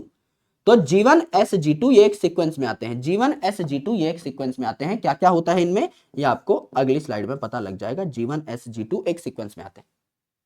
ये है आपका इंटरफेस, यानी इसे रेस्टिंग फेज कहा क्योंकि यहां सेल डिवाइड नहीं कर रहा है। इसे प्रेपरेटरी फेज कहा क्योंकि यहां प्रिपरेशन चल रही है, कई प्रिपरेशन चलेंगी। G1 में अलग अलग काम होंगे, S में अलग अलग काम होंगे, G2 में अलग अलग काम होंगे। मेन आपका सेल साइकिल का टाइम जो है वो इंटरफेज में ही खर्च होता है। More than 95% time of cell cycle is devoted to interphase. 24 घंटे अगर लगते हैं आपके ह्यूमन चीक सेल को डिवाइड करने में, तो उसमें से 23 घंटे से भी ज्यादा का वक्त आपका क्या लग रहा होता है? इंटरफेज में लग रहा होता है। 3 सब फेजेस है इसके, G1 S G2 यानी gap 1, synthesis and gap 2 phase. ये 3 फेजेस यहां देखने को मिले। अगर आप एम फेज की बात करें, यहां सारी तैयारी हो चुकी है, दिस इज प्रेपरेटरी फेज। अगर आप एम फेज की बात करें तो इस एम फेज में क्या होता है, अब आपकी तैयारी हो चुकी है, सारी चीजों का अमाउंट डबल हो चुका है, अब बंटवारा शुरू होगा मेरे भाई कि इस डॉटर सेल को ये दे दो, इस डॉटर सेल को ये दे दो, इसको न्यूक्लियस दे दो, इसको न्यूक्लियस नहीं दिया, इसको माइटोकॉन्ड्रिया भेज दिया, इसको नहीं मिला है इसके पास भी भेजो, इसको क्लोरोप्लास्ट भेज दिया, इसको नहीं मिला इसके पास भी भेजो। सामान जो है सारा का सारा सेल के दो अलग अलग पोल्स पे जाके जमा हो जाएगा। ऐसे जितना भी सामान आपने बनाया ये आधा आधा अलग अलग पोल्स पे जाके डिवाइड हो जाएगा, यानी बंटवारा शुरू हो चुका है। मेन मारकाट जो है मारा मारी अब शुरू हो चुकी है, गुथम गुथाई शुरू हो चुकी है मेरे भाई, लड़ाई दंगा पंगा शुरू हो चुका है। इसीलिए इसे कहा जाता है एम फॉर एम फेज को कहा जाता है मोस्ट ड्रामेटिक फेज। असली ड्रामा असली मारकाट यहां शुरू होती है, क्योंकि जितने भी आपने सामान बनाए हैं इंटरफेस में इनकी रीऑर्गेनाइजेशन होगी, जितने भी कंपोनेंट्स हैं इनकी रीऑर्गेनाइजेशन होगी, यानी इनको हम अलग अलग पोल्स पे रीऑर्गेनाइज कर रहे होंगे, बांट रहे होंगे। एक तरीके से आपने ये देखा है ना, बांट रहे होंगे। बांटने का काम जो है ये आपका यहां शुरू हो जाएगा, एम फेज में शुरू हो जाएगा। ठीक है, it is actual cell division. M phase यानी माइटोसिस, यहां पे आपके सेल के दो टुकड़े हो जाएंगे। एक्चुअल सेल डिवीजन ये है, इसे रेस्टिंग फेज कह रहे थे, यहां सेल डिवीजन नहीं हो रही थी। अब मोर देन 95% टाइम अगर लग रहा है इंटरफेज में, तो लेस देन 5% टाइम बचा ये लगेगा एम फेज में। अगर 24 में से 23 घंटे से भी ज्यादा का टाइम लग रहा है आपके चीक सेल को डिवाइड करने के लिए इंटरफेज में, तो यहां लेस देन 1 आवर का जो टाइम बचा ये आपका चीक सेल का एम फेज में लग जाएगा। एम फेज में एक्चुअल में क्या हुआ, आपके कैरियोकाइनेसिस हुई। कैरियन मतलब न्यूक्लियस, जैसे प्रोकैरियोट, यूकैरियोट, कैरियो शब्द मतलब न्यूक्लियस, कैरियोकाइनेसिस, कैरियो माने न्यूक्लियस, काइनेसिस माने डिवीजन, यानी न्यूक्लियस का डिवीजन होना, न्यूक्लियस के टुकड़े हो जाना, दो अलग अलग डॉटर सेल्स को न्यूक्लियस दे देना। समझ लीजिए ये आपका सेल है, इसमें दो न्यूक्लियस बनाए हुए थे, है ना। अब भैया ये जो न्यूक्लियस है इसका डिवीजन हुआ, दो न्यूक्लियस बन गए, अलग अलग पोल्स पे चले गए, और अब मैं सेल को सच में डिवाइड कर दूंगा, दो टुकड़े कर दूंगा, दैट इज साइटोकाइनेसिस यानी सेल का डिवीजन। तो ये जो न्यूक्लियस के डिवीजन है और सेल का डिवीजन है ये आपका कहां हो रहा होता है, एम फेज में हो रहा था, बस न्यूक्लियस का डिवीजन और सेल का डिवीजन, राइट। तो 4 फेजेस होते हैं आपके कैरियोकाइनेसिस के भी, इसे पीमैट कहते हैं। PMAT, prophase, metaphase, anaphase, telophase. Prophase, metaphase, anaphase, telophase, ये भी एक सीक्वेंस में आएंगे। अर्थात सबसे पहले इंटरफेज चालू हुआ, इंटरफेज में है G1 S G2, तो सबसे पहले G1 होगा, फिर S होगा, फिर G2 होगा, फिर स्टार्ट होगा कैरियोकाइनेसिस। कैरियोकाइनेसिस में पहले प्रोफेज, मेटाफेज, एनाफेज, फिर टीलोफेज, और फिर साइटोकाइनेसिस हो जाएगा, सेल के दो टुकड़े हो जाएंगे। सिंपल, ये आपकी कंप्लीट आपकी सेल साइकिल। यानी सबसे पहले इंटरफेज आता है जिसे हम रेस्टिंग फेज कहते हैं। एक्चुअल में सेल यहां रेस्ट नहीं कर रहा है, खूब काम कर रहा है, बट सेल डिवाइड नहीं कर रहा है, इसीलिए रेस्टिंग बोल दिया है। तो इसे प्रेपरेटरी फेज भी कह सकते हैं, जहां ऑलमोस्ट सारी की सारी प्रिपरेशन सेल साइकिल के लिए डन कर ली जाती है।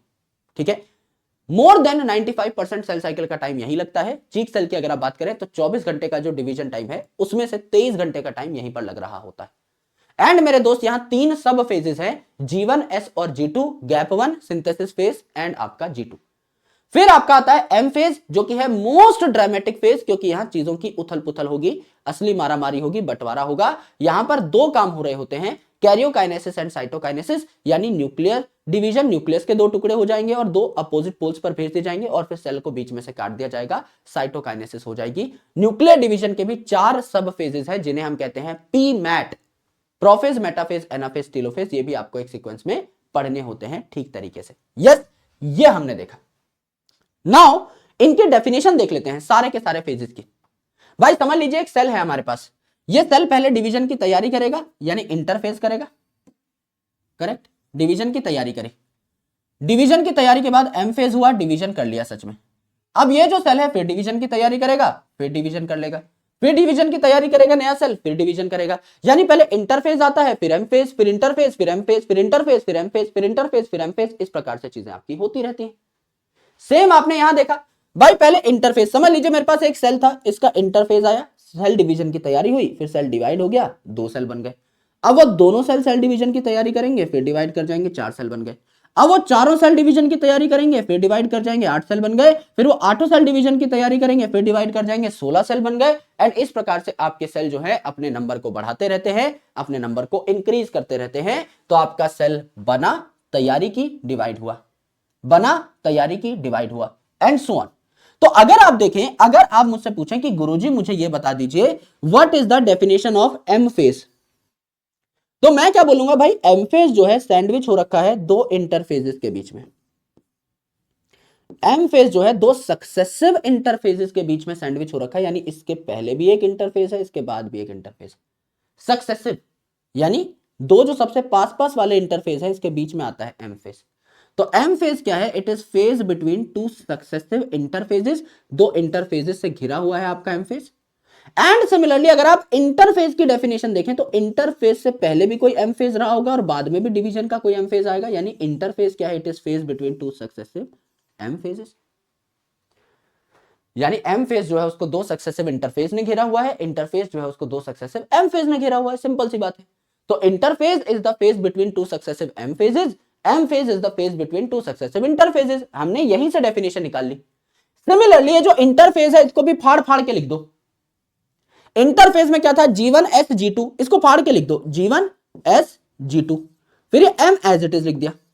फिर ये जो इंटरफेस था इसको फाड़ फाड़ के लिख दो G1 S G2, फिर ये M एज इट इज लिख दिया। फिर यहां लिख दो G1 S G2, फिर M एज इट इज लिख दो। तो आपका क्या है, एक सीक्वेंस बनता चला जाएगा कि आप यहां पर इंटरफेस को क्रैक करके लिख रहे हो, G1 S G2, G1 S G2 ऐसे आप लिख रहे हो। अब अगर मुझे कोई पूछे भैया एस फेज की डेफिनेशन बता दीजिए, भैया एस फेज की डेफिनेशन क्या होगी, S phase is the synthesis phase, जो इसकी फुल फॉर्म है, and it is phase between G1 and G2। G1 पहले आ रहा है, G2 बाद में, इसीलिए लिखेंगे G1 एंड G2 के बीच में। अगर मैं उल्टा कर दूं G2 और G1 के बीच में तो ये M फेज हो जाएगा, समझो। इसीलिए लिखना बहुत जरूरी है सही तरीके से। G1 और G2 के बीच में आता है S फेज और G2 और G1 के बीच में आता है क्या, M फेज। G2 और G1 के बीच में तो जरा सा उल्टा पुल्टा कर दोगे खेल पलट जाएगा। G2 जो है ये किसके बीच में आ रहा है, S और M के बीच में आ रहा है, तो S और M के बीच में आ रहा है ना। M से पहले आता है, माइटोसिस से पहले आता है, इसे प्री माइटोटिक फेज कहा जाता है। और S के बाद में आता है तो इसे पोस्ट सिंथेसिस फेज कहा जाता है, सिंथेसिस फेज के बाद में आ रहा है। G1 फेज का क्या हो गया, it is phase between M and S। तो M के बाद आ रहा है, माइटोसिस के बाद आ रहा है तो इसे पोस्ट माइटोटिक कहा, और S से पहले आ रहा है, सिंथेसिस से पहले आ रहा है तो इसे प्री सिंथेसिस कह दिया। नाम अपने आप रख सकते हो आप। These are definitions. यानी आपका इंटरफेस के बाद एम फेज, फिर इंटरफेस, फिर एम फेज, फिर इंटरफेस एम फेज। तो एम फेज दो इंटरफेजेस से घिरा हुआ है, इंटरफेस दो एम फेजेस से घिरा हुआ है। एस फेज मतलब G1 और G2 के बीच में, G2 मतलब S और M के बीच में, M मतलब G2 और G1 के बीच में, G1 मतलब M और S के बीच में। एकदम करेक्ट आपको सीक्वेंस लिखना पड़ेगा। तो सीधी सी बात है, इंटरफेस को फैला के लिख लो G1 S G2, G1 S G2, और डेफिनेशन बनाते चले जाओ। आप खुद से ही सारी की सारी डेफिनेशंस क्रैक कर पाओगे, याद करने की कोई जरूरत है ही नहीं।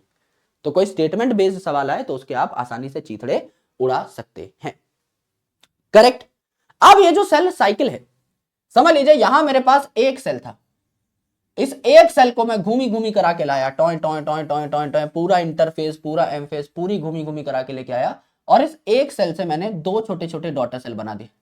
अब ये दो छोटे छोटे डॉटर सेल है, इनको पूरी पूरी घूमी करा के लेके आऊंगा, और फिर इनको पूरा का पूरा इंटरफेस और एम फेस के बाद कंप्लीट करा के चार डॉटर सेल बना दूंगा। तो पहले एक सेल की सेल साइकिल कंप्लीट कराई, दो सेल बन गए, फिर दो सेल की सेल साइकिल कराऊंगा, चार सेल बन जाएंगे, and so on. Cell cycle है, ये साइकिल है मतलब रिपीट होती रहेगी। तो हम एक सेल से दो सेल बनने की जर्नी देख लेते हैं, एक सेल साइकिल को हम लोग अभी कंप्लीट पढ़ लेते हैं। तो हम लोगों ने क्या देखा भैया, यहां पर हम लोगों ने देखा कि इंटरफेज में आपका मैक्सिमम टाइम लगता है सेल साइकिल का। तो ये जो इंटरफेज है इसमें तीन सब फेजेस थे, G1 S और G2, इसमें तीन सब फेजेस थे, G1 S और G2। करेक्ट। तो ये आपका हो गया इंटरफेस। एम फेज कंपैरेटिवली काफी छोटा है, यहां हमने तब भी थोड़ा बड़ा दिखा दिया है क्योंकि अलग अलग नाम लिखने थे। तो ये आपका एम फेज, इस एम फेज में होता है कैरियोकाइनेसिस, जिसमें आपके चार फेजेस होते हैं, PMAT, prophase, metaphase, anaphase and telophase, यानी कैरियोकाइनेसिस, न्यूक्लियर डिवीजन। एंड फिर हो जाता है आपका साइटोकाइनेसिस यानी सेल डिवीजन। सबसे पहले आपके सेल डिवीजन की तैयारी हुई, फिर आपका न्यूक्लियर डिवीजन हुआ, फिर आपका सेल डिवीजन हुआ, तो फाइनली आपका एक सेल से दो सेल बनके तैयार हो गए। ये आपने सारे फेजेस पढ़ लिए। अब इन फेजेस में होता क्या क्या है, that you have to understand very well. G1 में क्या हुआ, S में क्या हुआ, G2 में क्या हुआ, ये आपको अच्छे तरीके से समझना है। ये अगर आप समझ गए, आज का खेला आपका समाप्त हो जाएगा। आपको मेन चीजें समझ में आ जाएंगी कि माइटोसिस मियोसिस में भाई ये चीज तो कॉमन ही है, इंटरफेस यानी तैयारी तो कॉमन ही रहेगी। तो इंटरफेस अगर आपने क्रैक कर लिया कि जीवन में क्या होता है, एस में क्या होता है, G2 में क्या होता है, तो आपका मौज छा जाएगी आपकी लाइफ में। यह चैप्टर आपके लिए बहुत इजी हो जाएगा, बेसिक फंडामेंटल्स हमारे क्लियर हो जाएंगे। जीवन का मतलब देखिए, हिंदी वाला जीवन नहीं है, उसका मतलब तो अभी हमें भी नहीं पता है। जीवन जो है फेज, इसका मतलब क्या है भाई, सेल का साइज जो बढ़ता है, cytoplasmic increase, it's a continuous process. तो ये तो आप कहीं भी लिख सकते हो, लेकिन मेरे भाई मैक्सिमम जो साइज बढ़ता है वो आपका जीवन में बढ़ता है ना। मैक्सिमम साइज जो बढ़ेगा वो आपका जीवन में बढ़ेगा। तो मैक्सिमम साइज बढ़ा, साइटोप्लाज्मिक इंक्रीज हुआ सेल का। दूसरी इंपॉर्टेंट चीज, ज्यादातर जो सेल के अंदर ऑर्गेनेल्स थी, ज्यादातर ऑर्गेनेल्स, नॉट ऑल, ज्यादातर जो ऑर्गेनेल्स थी वो आपके जीवन में रेप्लिकेट कर गई, उनका नंबर डबल हो गया, डुप्लीकेट कर गई। प्रोटीन्स बने यानी एंजाइम्स बने, यहां पर प्रोटीन्स बनेंगे, एंजाइम्स बनेंगे। क्यों? क्योंकि अगला फेज है एस फेज। अब एस फेज में डीएनए रेप्लिकेट होगा। जब डीएनए रेप्लिकेट होगा तो क्या डीएनए रेप्लिकेशन के एंजाइम नहीं बनाओगे पहले? डीएनए रेप्लिकेशन तो एंजाइमेटिक प्रोसेस है ना, तो एंजाइम बनाओगे, तो एंजाइम बनेंगे। अब मेरे भाई एंजाइम्स क्या होते हैं? प्रोटीन होते हैं। तो जाहिर सी बात है, आपको पता है, आप डीएनए से आरएनए बनाते हो और आरएनए से प्रोटीन बनाते हो, और एक लंबा सा प्रोटीन किसका बनता है? छोटे छोटे अमीनो एसिड्स को जोड़ के बनता है। ये जो अमीनो एसिड्स होते हैं, इन्हीं को जोड़ जोड़ के, इन्हीं को पॉलीमराइज करके आप बनाते हैं प्रोटीन। तो protein is a polymer of amino acid. Protein अगर एक लंबी माला है तो उसके छोटे छोटे मोती कौन है? Amino acid. तो अगर आपको प्रोटीन बनाना है, मैंने कहीं भी लिख दिया कि भाई मैंने कोई एंजाइम बनाया या प्रोटीन बनाया, तो क्या एंजाइम बनाने से पहले, प्रोटीन बनाने से पहले पक्का आरएनए बना होगा? बिल्कुल बना होगा। क्या पक्का अमीनो एसिड्स बने होंगे इस आरएनए से, जिन्होंने जुड़ जुड़ के प्रोटीन बनाया होगा? बिल्कुल। तो यहां पर मैंने लिखा कि एंजाइम्स बने हैं, प्रोटीन बने हैं, तो क्या पक्का आरएनए और अमीनो एसिड नहीं बने होंगे? बिल्कुल बने होंगे, बिल्कुल बने होंगे। याद करने की ही बात नहीं। जैसे यहां पर भी सेम चीज देखिए, आपकी प्रोटीन बने हैं, G2 फेज में भी प्रोटीन बनेंगे। प्रोटीन बनेंगे तो इससे पहले आरएनए और अमीनो एसिड बनना तय है, कोई रोक ही नहीं सकता इस चीज को, दुनिया का कोई इंसान नहीं रोक सकता। डीएनए से पहले आरएनए बनेगा तभी तो प्रोटीन बनाओगे, डीएनए से सीधा प्रोटीन बनाने की मशीनरी नहीं है हमारे पास। तो इसीलिए आपको आरएनए बनाना होगा, आरएनए से छोटे छोटे अमीनो एसिड बनेंगे, उनको जोड़ के प्रोटीन बनाओगे तो आरएनए और अमीनो एसिड बनेंगे, तब प्रोटीन बनेगा। तो दिस इज वेरी इंपॉर्टेंट। यानी जीवन में अभी तक क्या हुआ? सेल सबसे ज्यादा ग्रो किया, सेल की ज्यादातर, मोस्ट ऑफ द ऑर्गेनेल्स आपके नंबर को डबल कर चुकी हैं, अपने आप को डुप्लीकेट कर चुकी हैं, और यहां पर प्रोटीन भी बने, एंजाइम्स भी बने, डीएनए रेप्लिकेशन वाले। डीएनए रेप्लिकेशन में खूब एनर्जी लगती है, आपके सेल का जितना भी डीएनए पूरा रेप्लिकेट करता है, it's a highly energy dependent process. तो मेरे भाई एटीपी भी यहां पर खूब बनती है, और इतनी एटीपी है, आपने एनर्जी करेंसी बना ली है अपने सेल की। इसको खर्च करने से पहले सोचोगे तो भाई जाना भी है रेप्लिकेशन में, कर पाओगे रेप्लिकेशन? है हिम्मत? आएगा? बता।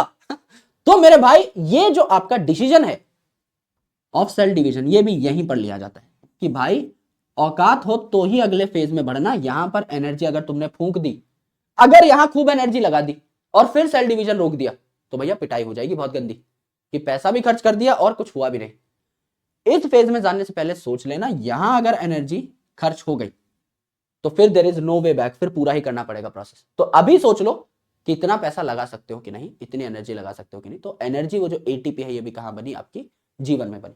यानी सेल की मैक्सिमम ग्रोथ हुई, ज्यादातर ऑर्गेनेल्स डुप्लीकेट करी, आपका यहां पर प्रोटीन्स बने, यानी आरएनए और अमीनो एसिड भी बने होंगे, एनर्जी बनी, क्योंकि अगला जो प्रोसेस है वो बहुत एनर्जी मांगता है, और डिसीजन, माइंडसेट भी, पैसा तो आपके पास है, एनर्जी तो बन गई, क्या वो खर्च करने की नीयत भी है, दम भी है, रिस्क टेकिंग एपेटाइट भी है, हाँ भैया है, तभी आगे जाऊं। तो डिसीजन भी यहीं पर बन गया। ये 5 चीजें यहां पर करेक्ट।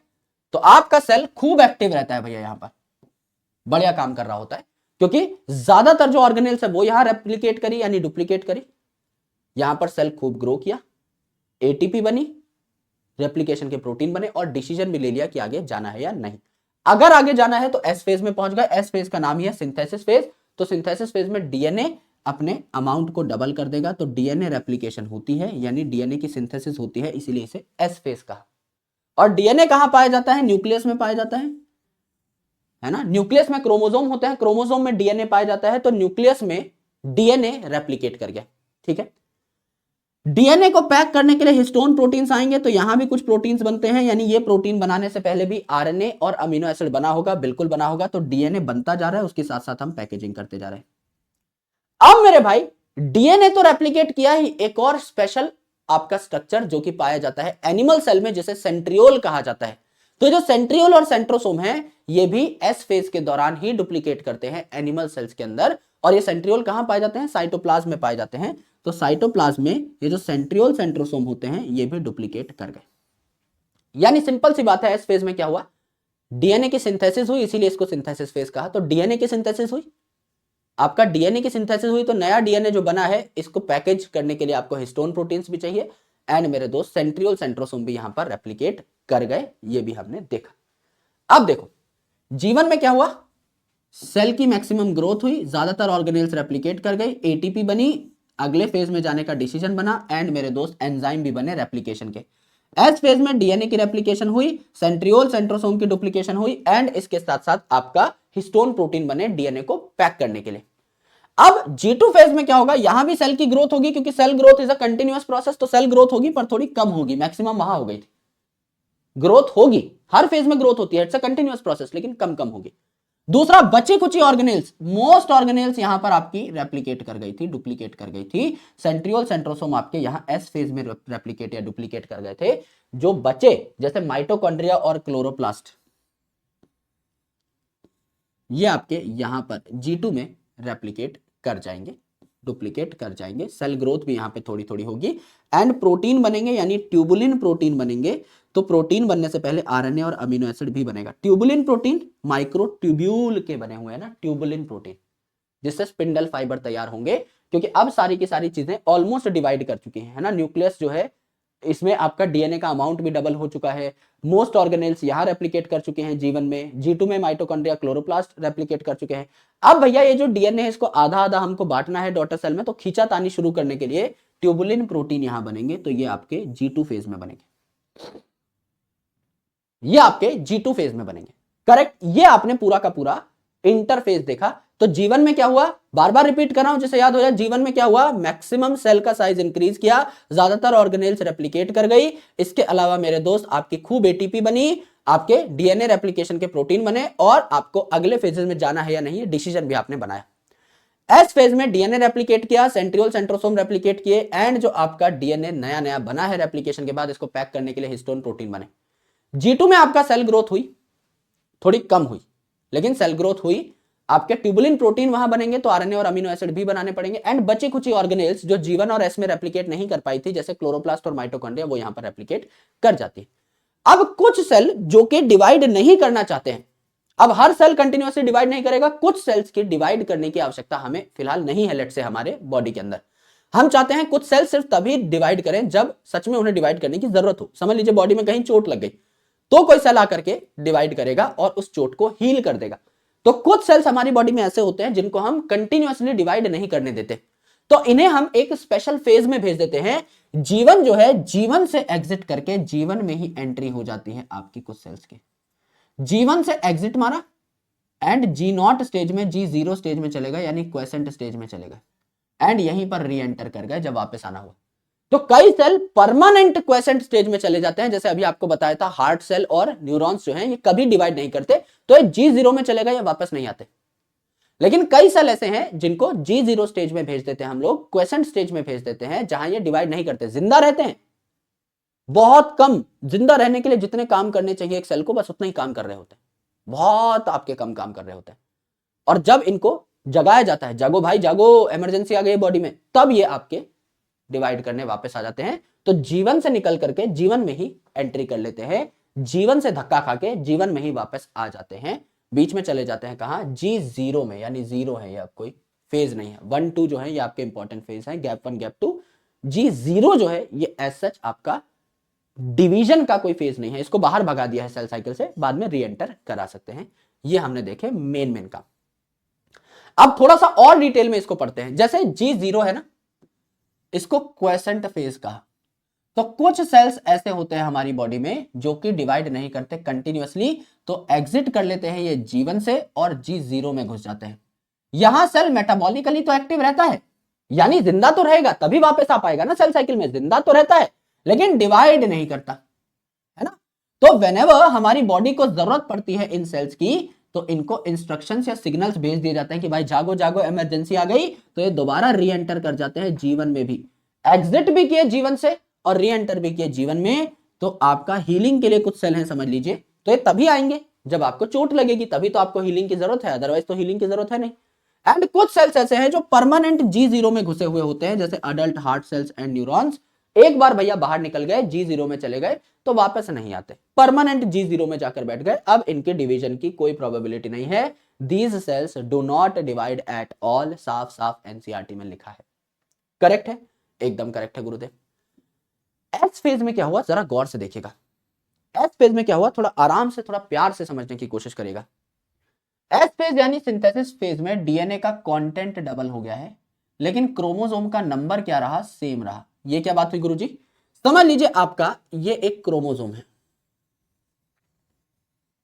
तो इस क्रोमोसोम में समझ लीजिए डीएनए के दो स्ट्रैंड थे, समझाने के लिए बता रहा हूं बस। तो ये आपका डीएनए के जो दो स्ट्रैंड है इनको कह दिया सी और सी, है ना। डीएनए का जो कंटेंट था ये कितना हो गया, सी और सी, यानी 2C हो गया, इसमें 2C हो गया डीएनए का कंटेंट, सी और सी। जब इस डीएनए को रेप्लिकेट कर दिया तो इसकी दो कॉपी बन जाएंगी, तो आपका ये जो 2C है ये यहां देखने को मिला और एक और 2C आपका बन जाएगा, ये यहां देखने को मिला। तो डीएनए का कंटेंट कितना हो गया, डबल हो गया, 4C। लेकिन आपका जो सेल है इसमें जब आप क्रोमोसोम का नंबर काउंट करते हैं तो आप टेक्निकली ये सेंट्रोमेयर काउंट कर रहे होते हैं, ये तो यहां भी एक सेंट्रोमेयर है, यहां भी एक सेंट्रोमेयर है, ये भी एक क्रोमोसोम काउंट होगा, ये भी एक क्रोमोसोम काउंट होगा, बस इसमें आपकी दो आर्म्स हैं ऊपर और नीचे वाली, यहां पर आपकी 4 आर्म्स हैं, दो ऊपर दो नीचे। तो यहां पर क्रोमोसोम ये भी एक काउंट होगा, ये भी एक काउंट होगा। तो क्रोमोसोम अगर आप एक डिप्लॉयड सेल को देखें तो वो डिप्लॉयड सेल ही काउंट होगा, क्रोमोसोम का नंबर चेंज नहीं होता, बस इस क्रोमोसोम के अंदर आपका जो डीएनए का कंटेंट है वो डबल हो जाता है, वो 2C से 4C हो गया। अगर कोई सेल हैप्लॉइड है तो वो हैप्लॉइड ही रहेगा, उसमें हैप्लॉइड नंबर ऑफ क्रोमोसोम ही रहेंगे। कोई सेल अगर डिप्लॉइड है तो उसमें डिप्लॉइड नंबर ऑफ क्रोमोसोम ही रहेंगे। यहां पर क्रोमोसोम का नंबर चेंज नहीं हुआ, लेकिन इसमें डीएनए का कंटेंट जो है ये डबल हो गया, 2C से 4C हो गया, ये आपने देखा। तो आपका ए और बी, ये जो दोनों के दोनों स्ट्रक्चर हैं ए और बी, ये आपके एक ही क्रोमोसोम काउंट करेंगे, सिंस इनके अंदर number of centromere same, since number of centromere is equal to 1। तो दोनों के दोनों एक ही क्रोमोसोम काउंट होंगे, ये वाला भी एंड आपका ये वाला भी, ठीक है। क्योंकि ये जो भैया दो आर्म्स है एक्स्ट्रा, ये बनाई जा सकती हैं, प्रोटीन की आर्म्स होती हैं, आराम से बनाई जा सकती है। मेन है आपका ये सेंट्रोमेयर, तो यहां पर ये जो सेंट्रोमेयर है ये एक है, यहां भी सेंट्रोमेयर एक है, तो एक एक क्रोमोसोम ही काउंट होगा आपका। बस डीएनए का अमाउंट आपने एस फेज में क्या कर लिया है, या डबल कर लिया है, 2C से 4C कर लिया है, ये इंटरफेज में होता है। कुछ मैथ कर लेते हैं, कुछ सवाल सीधा सीधा आपसे पूछे जा सकते हैं पेपर में, मैथ कर लेते हैं, आपको कैलकुलेशन में सिखा देता हूं, फिर आप दुनिया में किसी भी प्रकार का सवाल जो है आसानी से क्रैक कर पाएंगे। समझ लीजिए भैया, ये है आपका G1, ये है आपका S, ये है आपका G2 एंड ये है आपका M। ये चार फेजेस है, G1 S और G2 यानी इंटरफेज, M यानी एम फेज जहां पे आपका माइटोसिस हो चुकी है, एक सेल से दो सेल बन चुके हैं। यहां पर देखिए डीएनए कंटेंट कितना होगा एंड प्लॉइडी लेवल यानी क्रोमोसोम का नंबर कितना होगा। तो समझ लीजिए मैंने इनिशियल कंटेंट जो है आपका ले लिया है 2C, यानी दो स्ट्रैंड बना लिया यहां पर। तो इनिशियल आपका जो कंटेंट मैंने लिया डीएनए का दैट इज 2C, और नंबर ऑफ क्रोमोसोम जो है मैंने यहां पर ले लिया कि भाई डिप्लॉयड सेल है, ठीक है। अब समझ लीजिए यहां पर G1 फेज है, तो G1 फेज में आपका ये वाला केस है, जब मैंने डिवीजन स्टार्ट किया तो आपका एक ही क्रोमेटिड देखने को मिल रही है, इसमें सिस्टर क्रोमेटिड नहीं है, बाद में आगे चल के सिस्टर क्रोमेटिड बनती हैं जब डीएनए का कंटेंट डबल हो जाता है, अभी एक ही क्रोमेटिड है। तो क्रोमेटिड कितनी है, एक, आगे चल के हो गई आपकी 2, G2 फेज में कोई चेंज नहीं आया तो आगे चल के रही 2, और फिर इसको मैं क्या करूंगा, आधा आधा फाड़ के दो डॉटर सेल में भेज दूंगा, तो डॉटर सेल में भी बनी 1 और 1, यानी जैसा पेरेंट सेल था सेम वैसी डॉटर सेल्स यहां बन गई, ठीक है। डीएनए का कंटेंट था पहले 2C, जब मैं एस फेज में जाऊंगा तो एस फेज में भैया डीएनए का कंटेंट डबल हो जाएगा, तो 2C का हो जाएगा 4C। अब इसके बाद कोई चेंज नहीं आया G2 में, है ना, तो एस फेज में जितना था उतना ही G2 में गया, तो आपका हो जाएगा 4C। एंड मेरे भाई फिर मैंने इसको आधा आधा बांट दिया, तो दोनों डॉटर सेल में क्या हो जाएगा, 2C 2C। यहां पे अगर आप देखो तो अगर आप प्लॉइडी लेवल देखो तो माइटोसिस में प्लॉइडी लेवल चेंज नहीं होता है। यहां पर आपका एक ही सेंट्रोमेयर है, तो इसको अगर 2n माना था तो यहां पर भी आपका 2n हो जाएगा, यहां पर भी आपका 2n हो जाएगा, यहां भी दोनों डॉटर सेल में आपका 2n हो जाएगा, यानी एक डिप्लॉइड सेल से दो डिप्लॉइड सेल बन जाएंगे। अब एक चीज आपने देखी कि ये जो S और G2 है इसके बीच में कोई मेजर चेंज नहीं आता, इनमें सेम केसेस देखने को मिलेंगे कि डीएनए है आपका 4C और सेल है आपका 2n एकदम सेम। और ये जो आपका G1 है और M है ये आपके सेम से देखने को मिलेंगे। यहां देखो 2C2n, यहां देखो 2C2n, दोनों डॉटर सेल में। यस, तो daughter cell are similar to parent cell. जैसा पेरेंट सेल था शुरू में 2C2n वैसे ही डॉटर सेल बनेंगे 2C2n। इसीलिए माइटोसिस को इक्वेशनल डिवीजन कहा जाता है। इक्वेशनल में ही शब्द छुपा हुआ है इक्वल, जो कि डिटेल में चर्चा करेंगे, अभी तो हमने माइटोसिस शुरू भी नहीं किए। इक्वेशनल डिवीजन मतलब जैसा पेरेंट सेल है, एक पेरेंट सेल जैसा है सेम वैसे ही दो डॉटर सेल आपके बन करके तैयार होंगे। यानी हमने शुरू में क्या किया, हमने शुरू में बेसिकली आपका एक क्रोमोसोम है, इसमें डीएनए का कंटेंट है 2n, है ना। अब क्रोमोसोम एक ही रखा लेकिन इसमें डीएनए का कंटेंट डबल कर दिया, ये हो गया आपका क्या 4C। डीएनए का कंटेंट इसमें 2C, मैंने शायद 2n बोल दिया था लास्ट टाइम, है ना। ये आपका एक क्रोमोसोम है, इसमें डीएनए का कंटेंट है 2C। ये क्रोमोसोम एक ही है, इसमें बस मैंने एक क्रोमेटिड ऐड कर दी है, तो डीएनए का कंटेंट हो गया 4C। फिर जब दो डॉटर सेल्स बनाई तो दोनों में 2C मैंने डिवाइड कर दिया। तो आपका यहां पर G1 में आपका 2n एंड 2C केस है।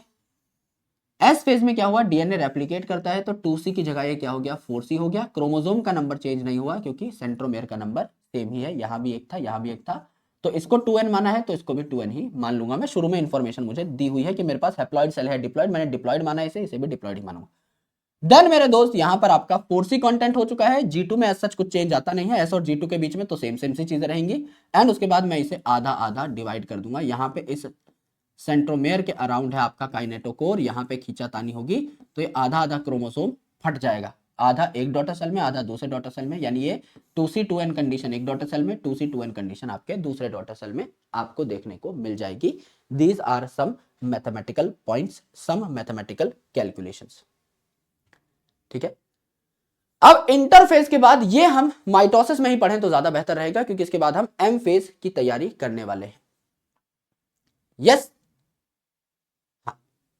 ये चीज हालांकि हम पढ़ चुके हैं, तो दोबारा अगर देखना चाहो तो देख सकते हो, कोई बहुत बड़ी बात नहीं है ना। इसको फिर अगली क्लास में फिर रिवाइज करा देंगे भाई। एम फेज जो है it is one of the most dramatic phase, है ना। इंटरफेज नहीं आएगा, यहां पर आपका एम फेज आएगा जो कि है मोस्ट ड्रामेटिक फेज। इंटरफेज की जगह यहां पर क्या आएगा, मिस्टर एम फेज, जो कि है आपका most dramatic phase. M for most dramatic phase यहां पर आपका ये बन जाता है। M for M phase, M for most dramatic phase, जिसमें रीऑर्गेनाइजेशन होती है, बंटवारा होता है सारे के सारे कंपोनेंट्स का। तो यहां पर जितने भी कंपोनेंट्स हैं इधर उधर तितर बितर भागने लगेंगे, जिससे कि इनको दो पोल्स पे भेजा जा सके और फिर इनको बीच में से काट दिया जाएगा। एम फेज में साइटोकाइनेसिस हो जाएगी, दो सेल बन जाएंगे। तो माइटोसिस को हम इक्वेशनल डिवीजन भी कहते हैं क्योंकि जैसा आपका पेरेंट सेल था वैसे के वैसे ही आपको डॉटर सेल देखने को मिलेंगे, एकदम इक्वल, इसीलिए इसे इक्वेशनल डिवीजन कह दिया। अगर एक डिप्लॉइड सेल है तो दो डिप्लॉइड सेल ही बनेंगे माइटोसिस से, एक हैप्लॉइड सेल है तो दो हैप्लॉइड सेल ही बनेंगे माइटोसिस से। यानी माइटोसिस से एक सेल से दो सेल बनते हैं, वो भी सेम पेरेंट सेल जैसे। जैसे समझ लीजिए यहाँ पेरेंट सेल है, इसके पास 50 रुपए थे, तो जब एस फेज में आप इस सेल को भेजोगे तो अमाउंट डबल हो जाएगा डीएनए का, तो इसके पास 100 रुपए हो गए, 50 से 100 हो गए। फिर दो डॉटर सेल में 50-50 भेज दिए। तो अगर आप पेरेंट सेल को डॉटर सेल से कंपेयर करोगे तो पेरेंट में भी 50 थे, दोनों डॉटर में भी 50 हैं, तो इसे इक्वेशनल डिवीजन हम लोगों ने कह दिया। धीरे धीरे इसको हम अगली क्लास में और क्लैरिटी के साथ समझ लेंगे, पढ़ लेंगे, डरने की जरूरत नहीं है, बहुत बेसिक बात है। आओ मेरे बंधु कुछ सवाल सॉल्व कर लेते हैं अच्छे अच्छे हमारे नीट के, जिससे कि थोड़ा और कॉन्फिडेंस आ सके। The main function of spindle fibre, भाई स्पिंडल फाइबर क्या करते हैं, खींचातानी करते हैं। हालांकि हमने अभी ये टॉपिक पढ़ा नहीं है, फिर भी सॉल्व करने की कोशिश कर लेते हैं, रिसेंट सवाल है। स्पिंडल फाइबर क्या करते हैं, स्पाइडरमैन का जाला है, रस्सी है जो कि खींचातानी करेगा to separate the chromosome, chromosome को आधा आधा दो डॉटर सेल में बांटेगा। तो सिंथेसाइज न्यू डीएनए, ये तो एंजाइम्स का काम है। रिपेयर द डैमेज डीएनए, ये भी एंजाइम का काम है, DNA repair. To regulate the cell growth, भैया इसमें भी कोई लेना देना नहीं है इन रस्सियों का, सिर्फ क्रोमोसोम की सेपरेशन से लेना देना है, तो आसानी से बन गया। Following are the stages of cell division, choose the correct sequence. Correct sequence हम खुद ही निकाल लेंगे। आओ भैया, सबसे पहले क्या आता है, इंटरफेज आता है। तो इंटरफेज में सबसे पहले G1, फिर S, फिर G2, उसके बाद आएगा आपका कैरियोकाइनेसिस यानी न्यूक्लियर डिवीजन, सबसे एंड में आएगा आपका सेल डिवीजन। तो ECADB, ECADB, ECADB will be right answer. पहले इंटरफेज यानी G1S G2, फिर आपका एम फेज यानी कैरियोकाइनेसिस साइटोकाइनेसिस।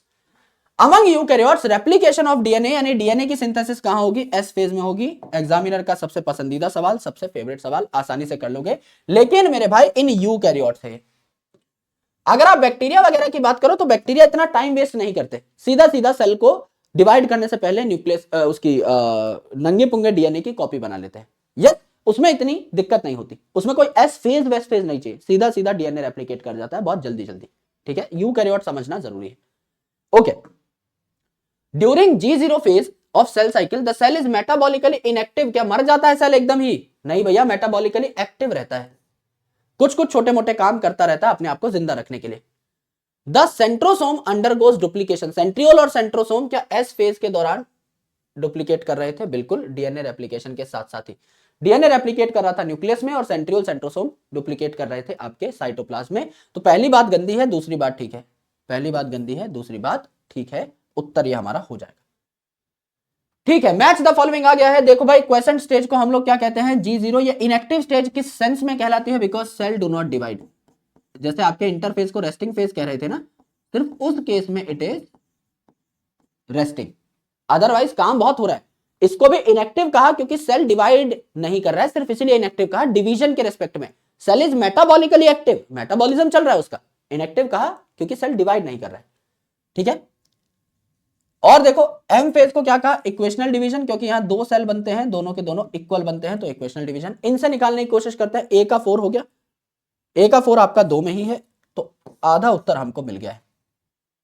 क्वेश्चन स्टेज आपका सी का 2 हो गया, सी का 2 आपका यहां नहीं है, तो उत्तर मिल गया भैया, सी का 2 आपका यहां है ना। तो आपका G2 जो है ये, इसमें प्रोटीन बनेंगे। प्रोटीन आपके जीवन में भी बनते हैं, एस में भी हिस्टोन प्रोटीन बनते हैं। Interval between M and S, mitosis के बीच में यानी M और डीएनए रेप्लिकेशन यानी S के बीच में। भाई M के बाद आता है इंटरफेस, तो आएगा G1, S और G2। तो भाई M और S के बीच में आया G1, तो G1 पे ये मैच कर दो, G1 पे ये मैच कर दो, तो आपका G2 बच जाएगा। इसमें आपकी प्रोटीन सिंथेसिस हो जाएगी। आंसर पहले मिल गया था, जस्ट मार्क करने के लिए मैंने बता दिया। Which one of the following is question stage? Question stage किसे कहा जाता है? G0 को कहा जाता है। मेटाबॉलिकली सेल एक्टिव रहता है। इनएक्टिव किस सेंस में कह सकते हो? कि बस डिवाइड नहीं कर रहा है। The fruit fly has 8 chromosome that is diploid. Drosophila में 8 क्रोमोसोम होते हैं डिप्लॉयड केस में in each cell. During interphase of mitosis the number of chromosome at G1 is 8। G1 पे अगर आपके क्रोमोसोम का नंबर 8 है, what would be the number of chromosome after S phase? भाई एस फेज के बाद chromosome के नंबर में कोई चेंज नहीं होता। डीएनए का कंटेंट जो है 2C से 4C होता है, क्रोमोसोम का नंबर चेंज नहीं करता, तो 8 का 8 ही रहेगा। इसमें कोई चेंज आपको देखने को नहीं मिलेगा माइटोसिस के दौरान। The centriole undergo duplication during, मेरे भाई एस फेज में आपका डीएनए रेप्लिकेट करता है न्यूक्लियस में, और सेंट्रियोल सेंट्रोसोम डुप्लीकेट करते हैं आपके साइटोप्लाज्म में। क्वेश्चन स्टेज वही आपको दे रखा है, इनएक्टिव, क्योंकि सेल डिवीजन नहीं करता। ये एस फेज में आपकी डीएनए रेप्लिकेशन हो जाएगी। ठीक है, interval between mitosis and S phase अभी क्या था? सेम क्वेश्चन रिपीट हो गया है। एक ऑप्शन आपका हिला करके बस यहां पर आपका एस फेज ऐड कर दिया है माइटोसिस की जगह। सेम क्वेश्चन है आपका। ए का 4 हो जाएगा, ए का 4 आपका 2 में ही है, तो 2 ऑप्शन आप एलिमिनेट कर सकते हो। बी का हो जाएगा 1, तो बी का 2 है इसमें, ये गलत हो जाएगा, ये आपका सही हो जाएगा। उत्तर मार के आगे बढ़ सकते हो। सीधा सीधा सरल सरल सवाल वापस रिपीट हो गया है। Identify the correct statement with regard to G1 phase. Gap 1 के बारे में सही बात बतानी है, सत्य वचन आपको बता देना है। देखते हैं क्या क्या बोला है। Reorganisation of all cell components takes place. Reorganisation कहां होती है? मोस्ट ड्रामेटिक फेज में, दैट इज M फेज में। Cell is metabolically active, cell metabolically active रहता है G1 फेज में, खूब ग्रो करता है, but does not replicate its DNA. सही बात है भाई, रेप्लिकेशन S फेज में होता है, G1 में नहीं होता।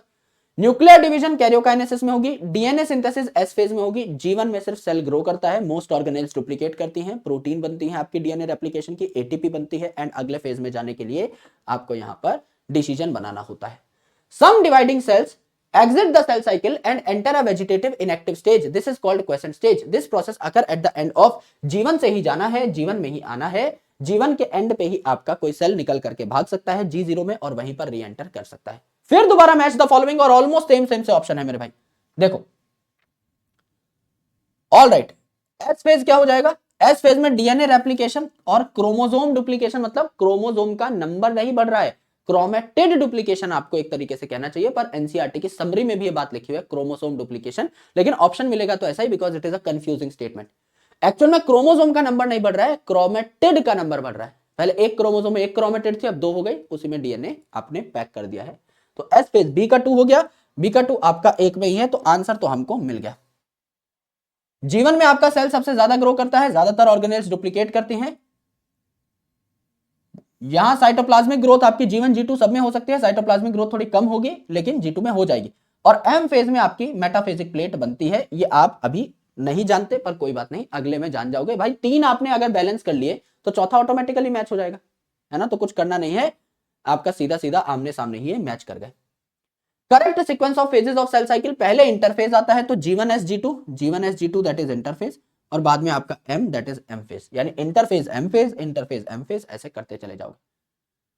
Cell in G0 phase exit the cell cycle, enter the cell cycle, G0 में एंटर नहीं करता। सस्पेंड यानी एकदम भैया रोक दी है, नहीं भाई वापस आ सकता है। टर्मिनेट एकदम खत्म कर दी है, नहीं मेरे दोस्त। एग्जैक्ट जो टर्म है जो एनसीईआरटी में लिखी है वो exit the cell cycle, G1 से एग्जिट करके G0 में पहुंचा और फिर री एंटर भी कर सकता है, तो जो टर्म यूज किया है वो एग्जिट एंड री एंटर।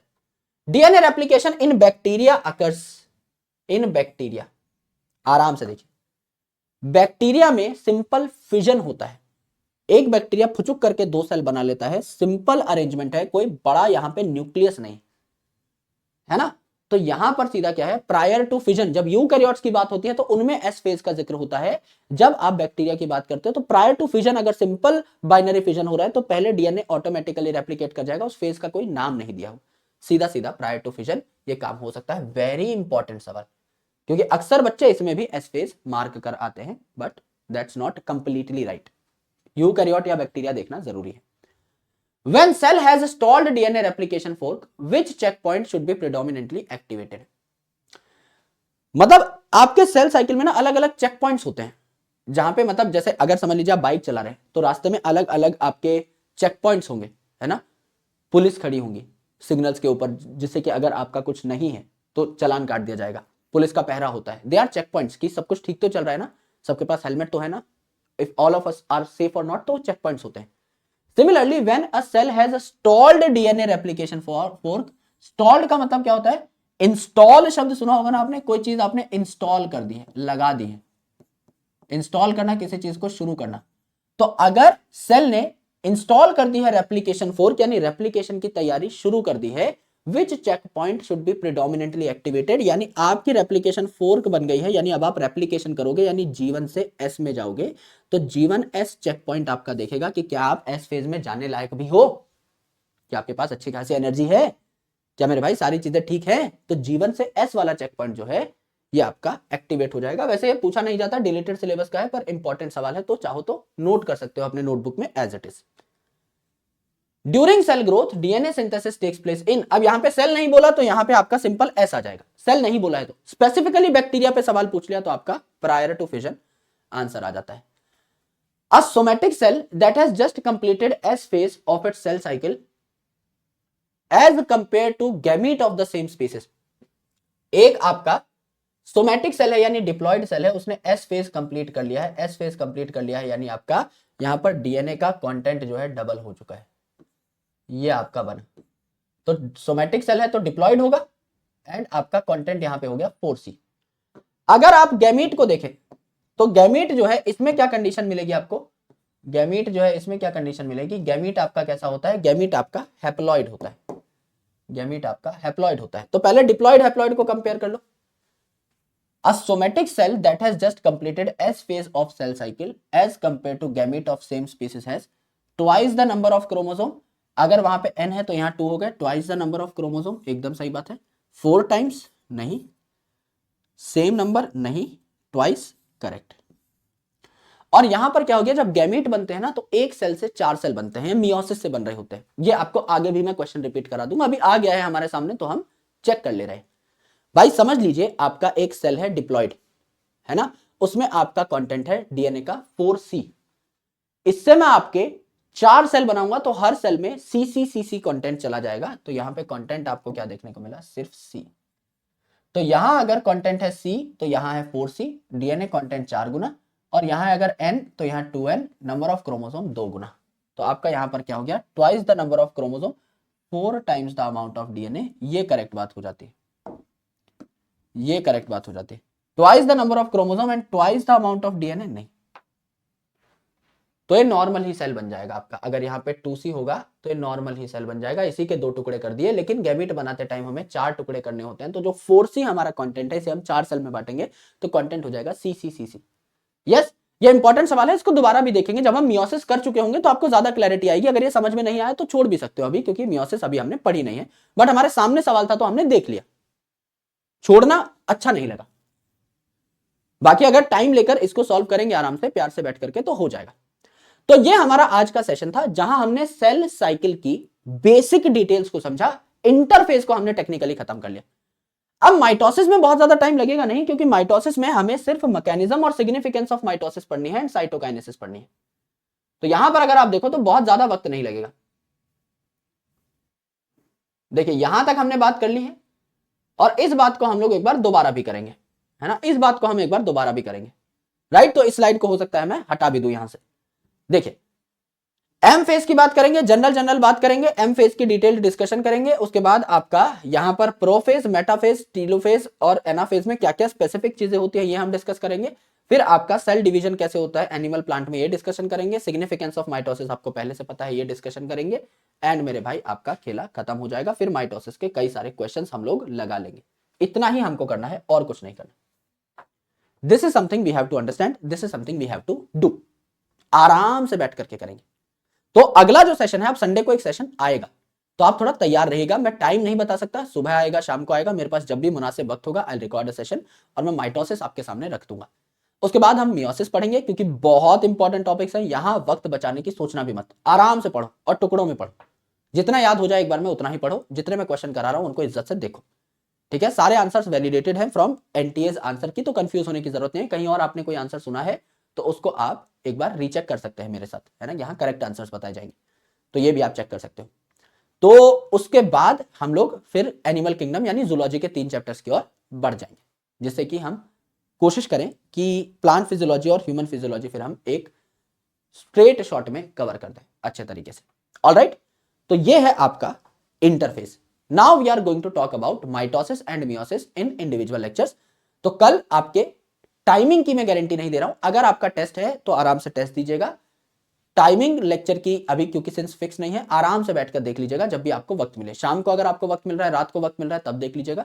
मैं कोशिश करूंगा कि मैं सुबह ही लेक्चर डलवा दूं, जिससे आपका टाइम बहुत ज्यादा वेस्ट ना हो। आप अपने पेस पे देख सकते हैं। बहुत ज्यादा बड़ा टॉपिक नहीं होगा, मुश्किल से 1.25 घंटे का टॉपिक होगा, तो आराम से जब भी आपको वक्त मिले आप देख लीजिएगा। ऑलराइट, चलिए, thank you so much, lots of love, जय हिंद। खत्म करते हैं सेल साइकिल सेल डिवीजन को आने वाले 2 सेशंस में एंड शुरू करते हैं zoology. I am also very excited, I hope आप भी एक्साइटेड होंगे। मजा पूरा आएगा, टेंशन मत लेना, प्यार से पढ़ाई करते रहो। ऑलराइट, लव यू ऑल, जय हिंद, बहुत बहुत शुक्रिया, बाय बाय।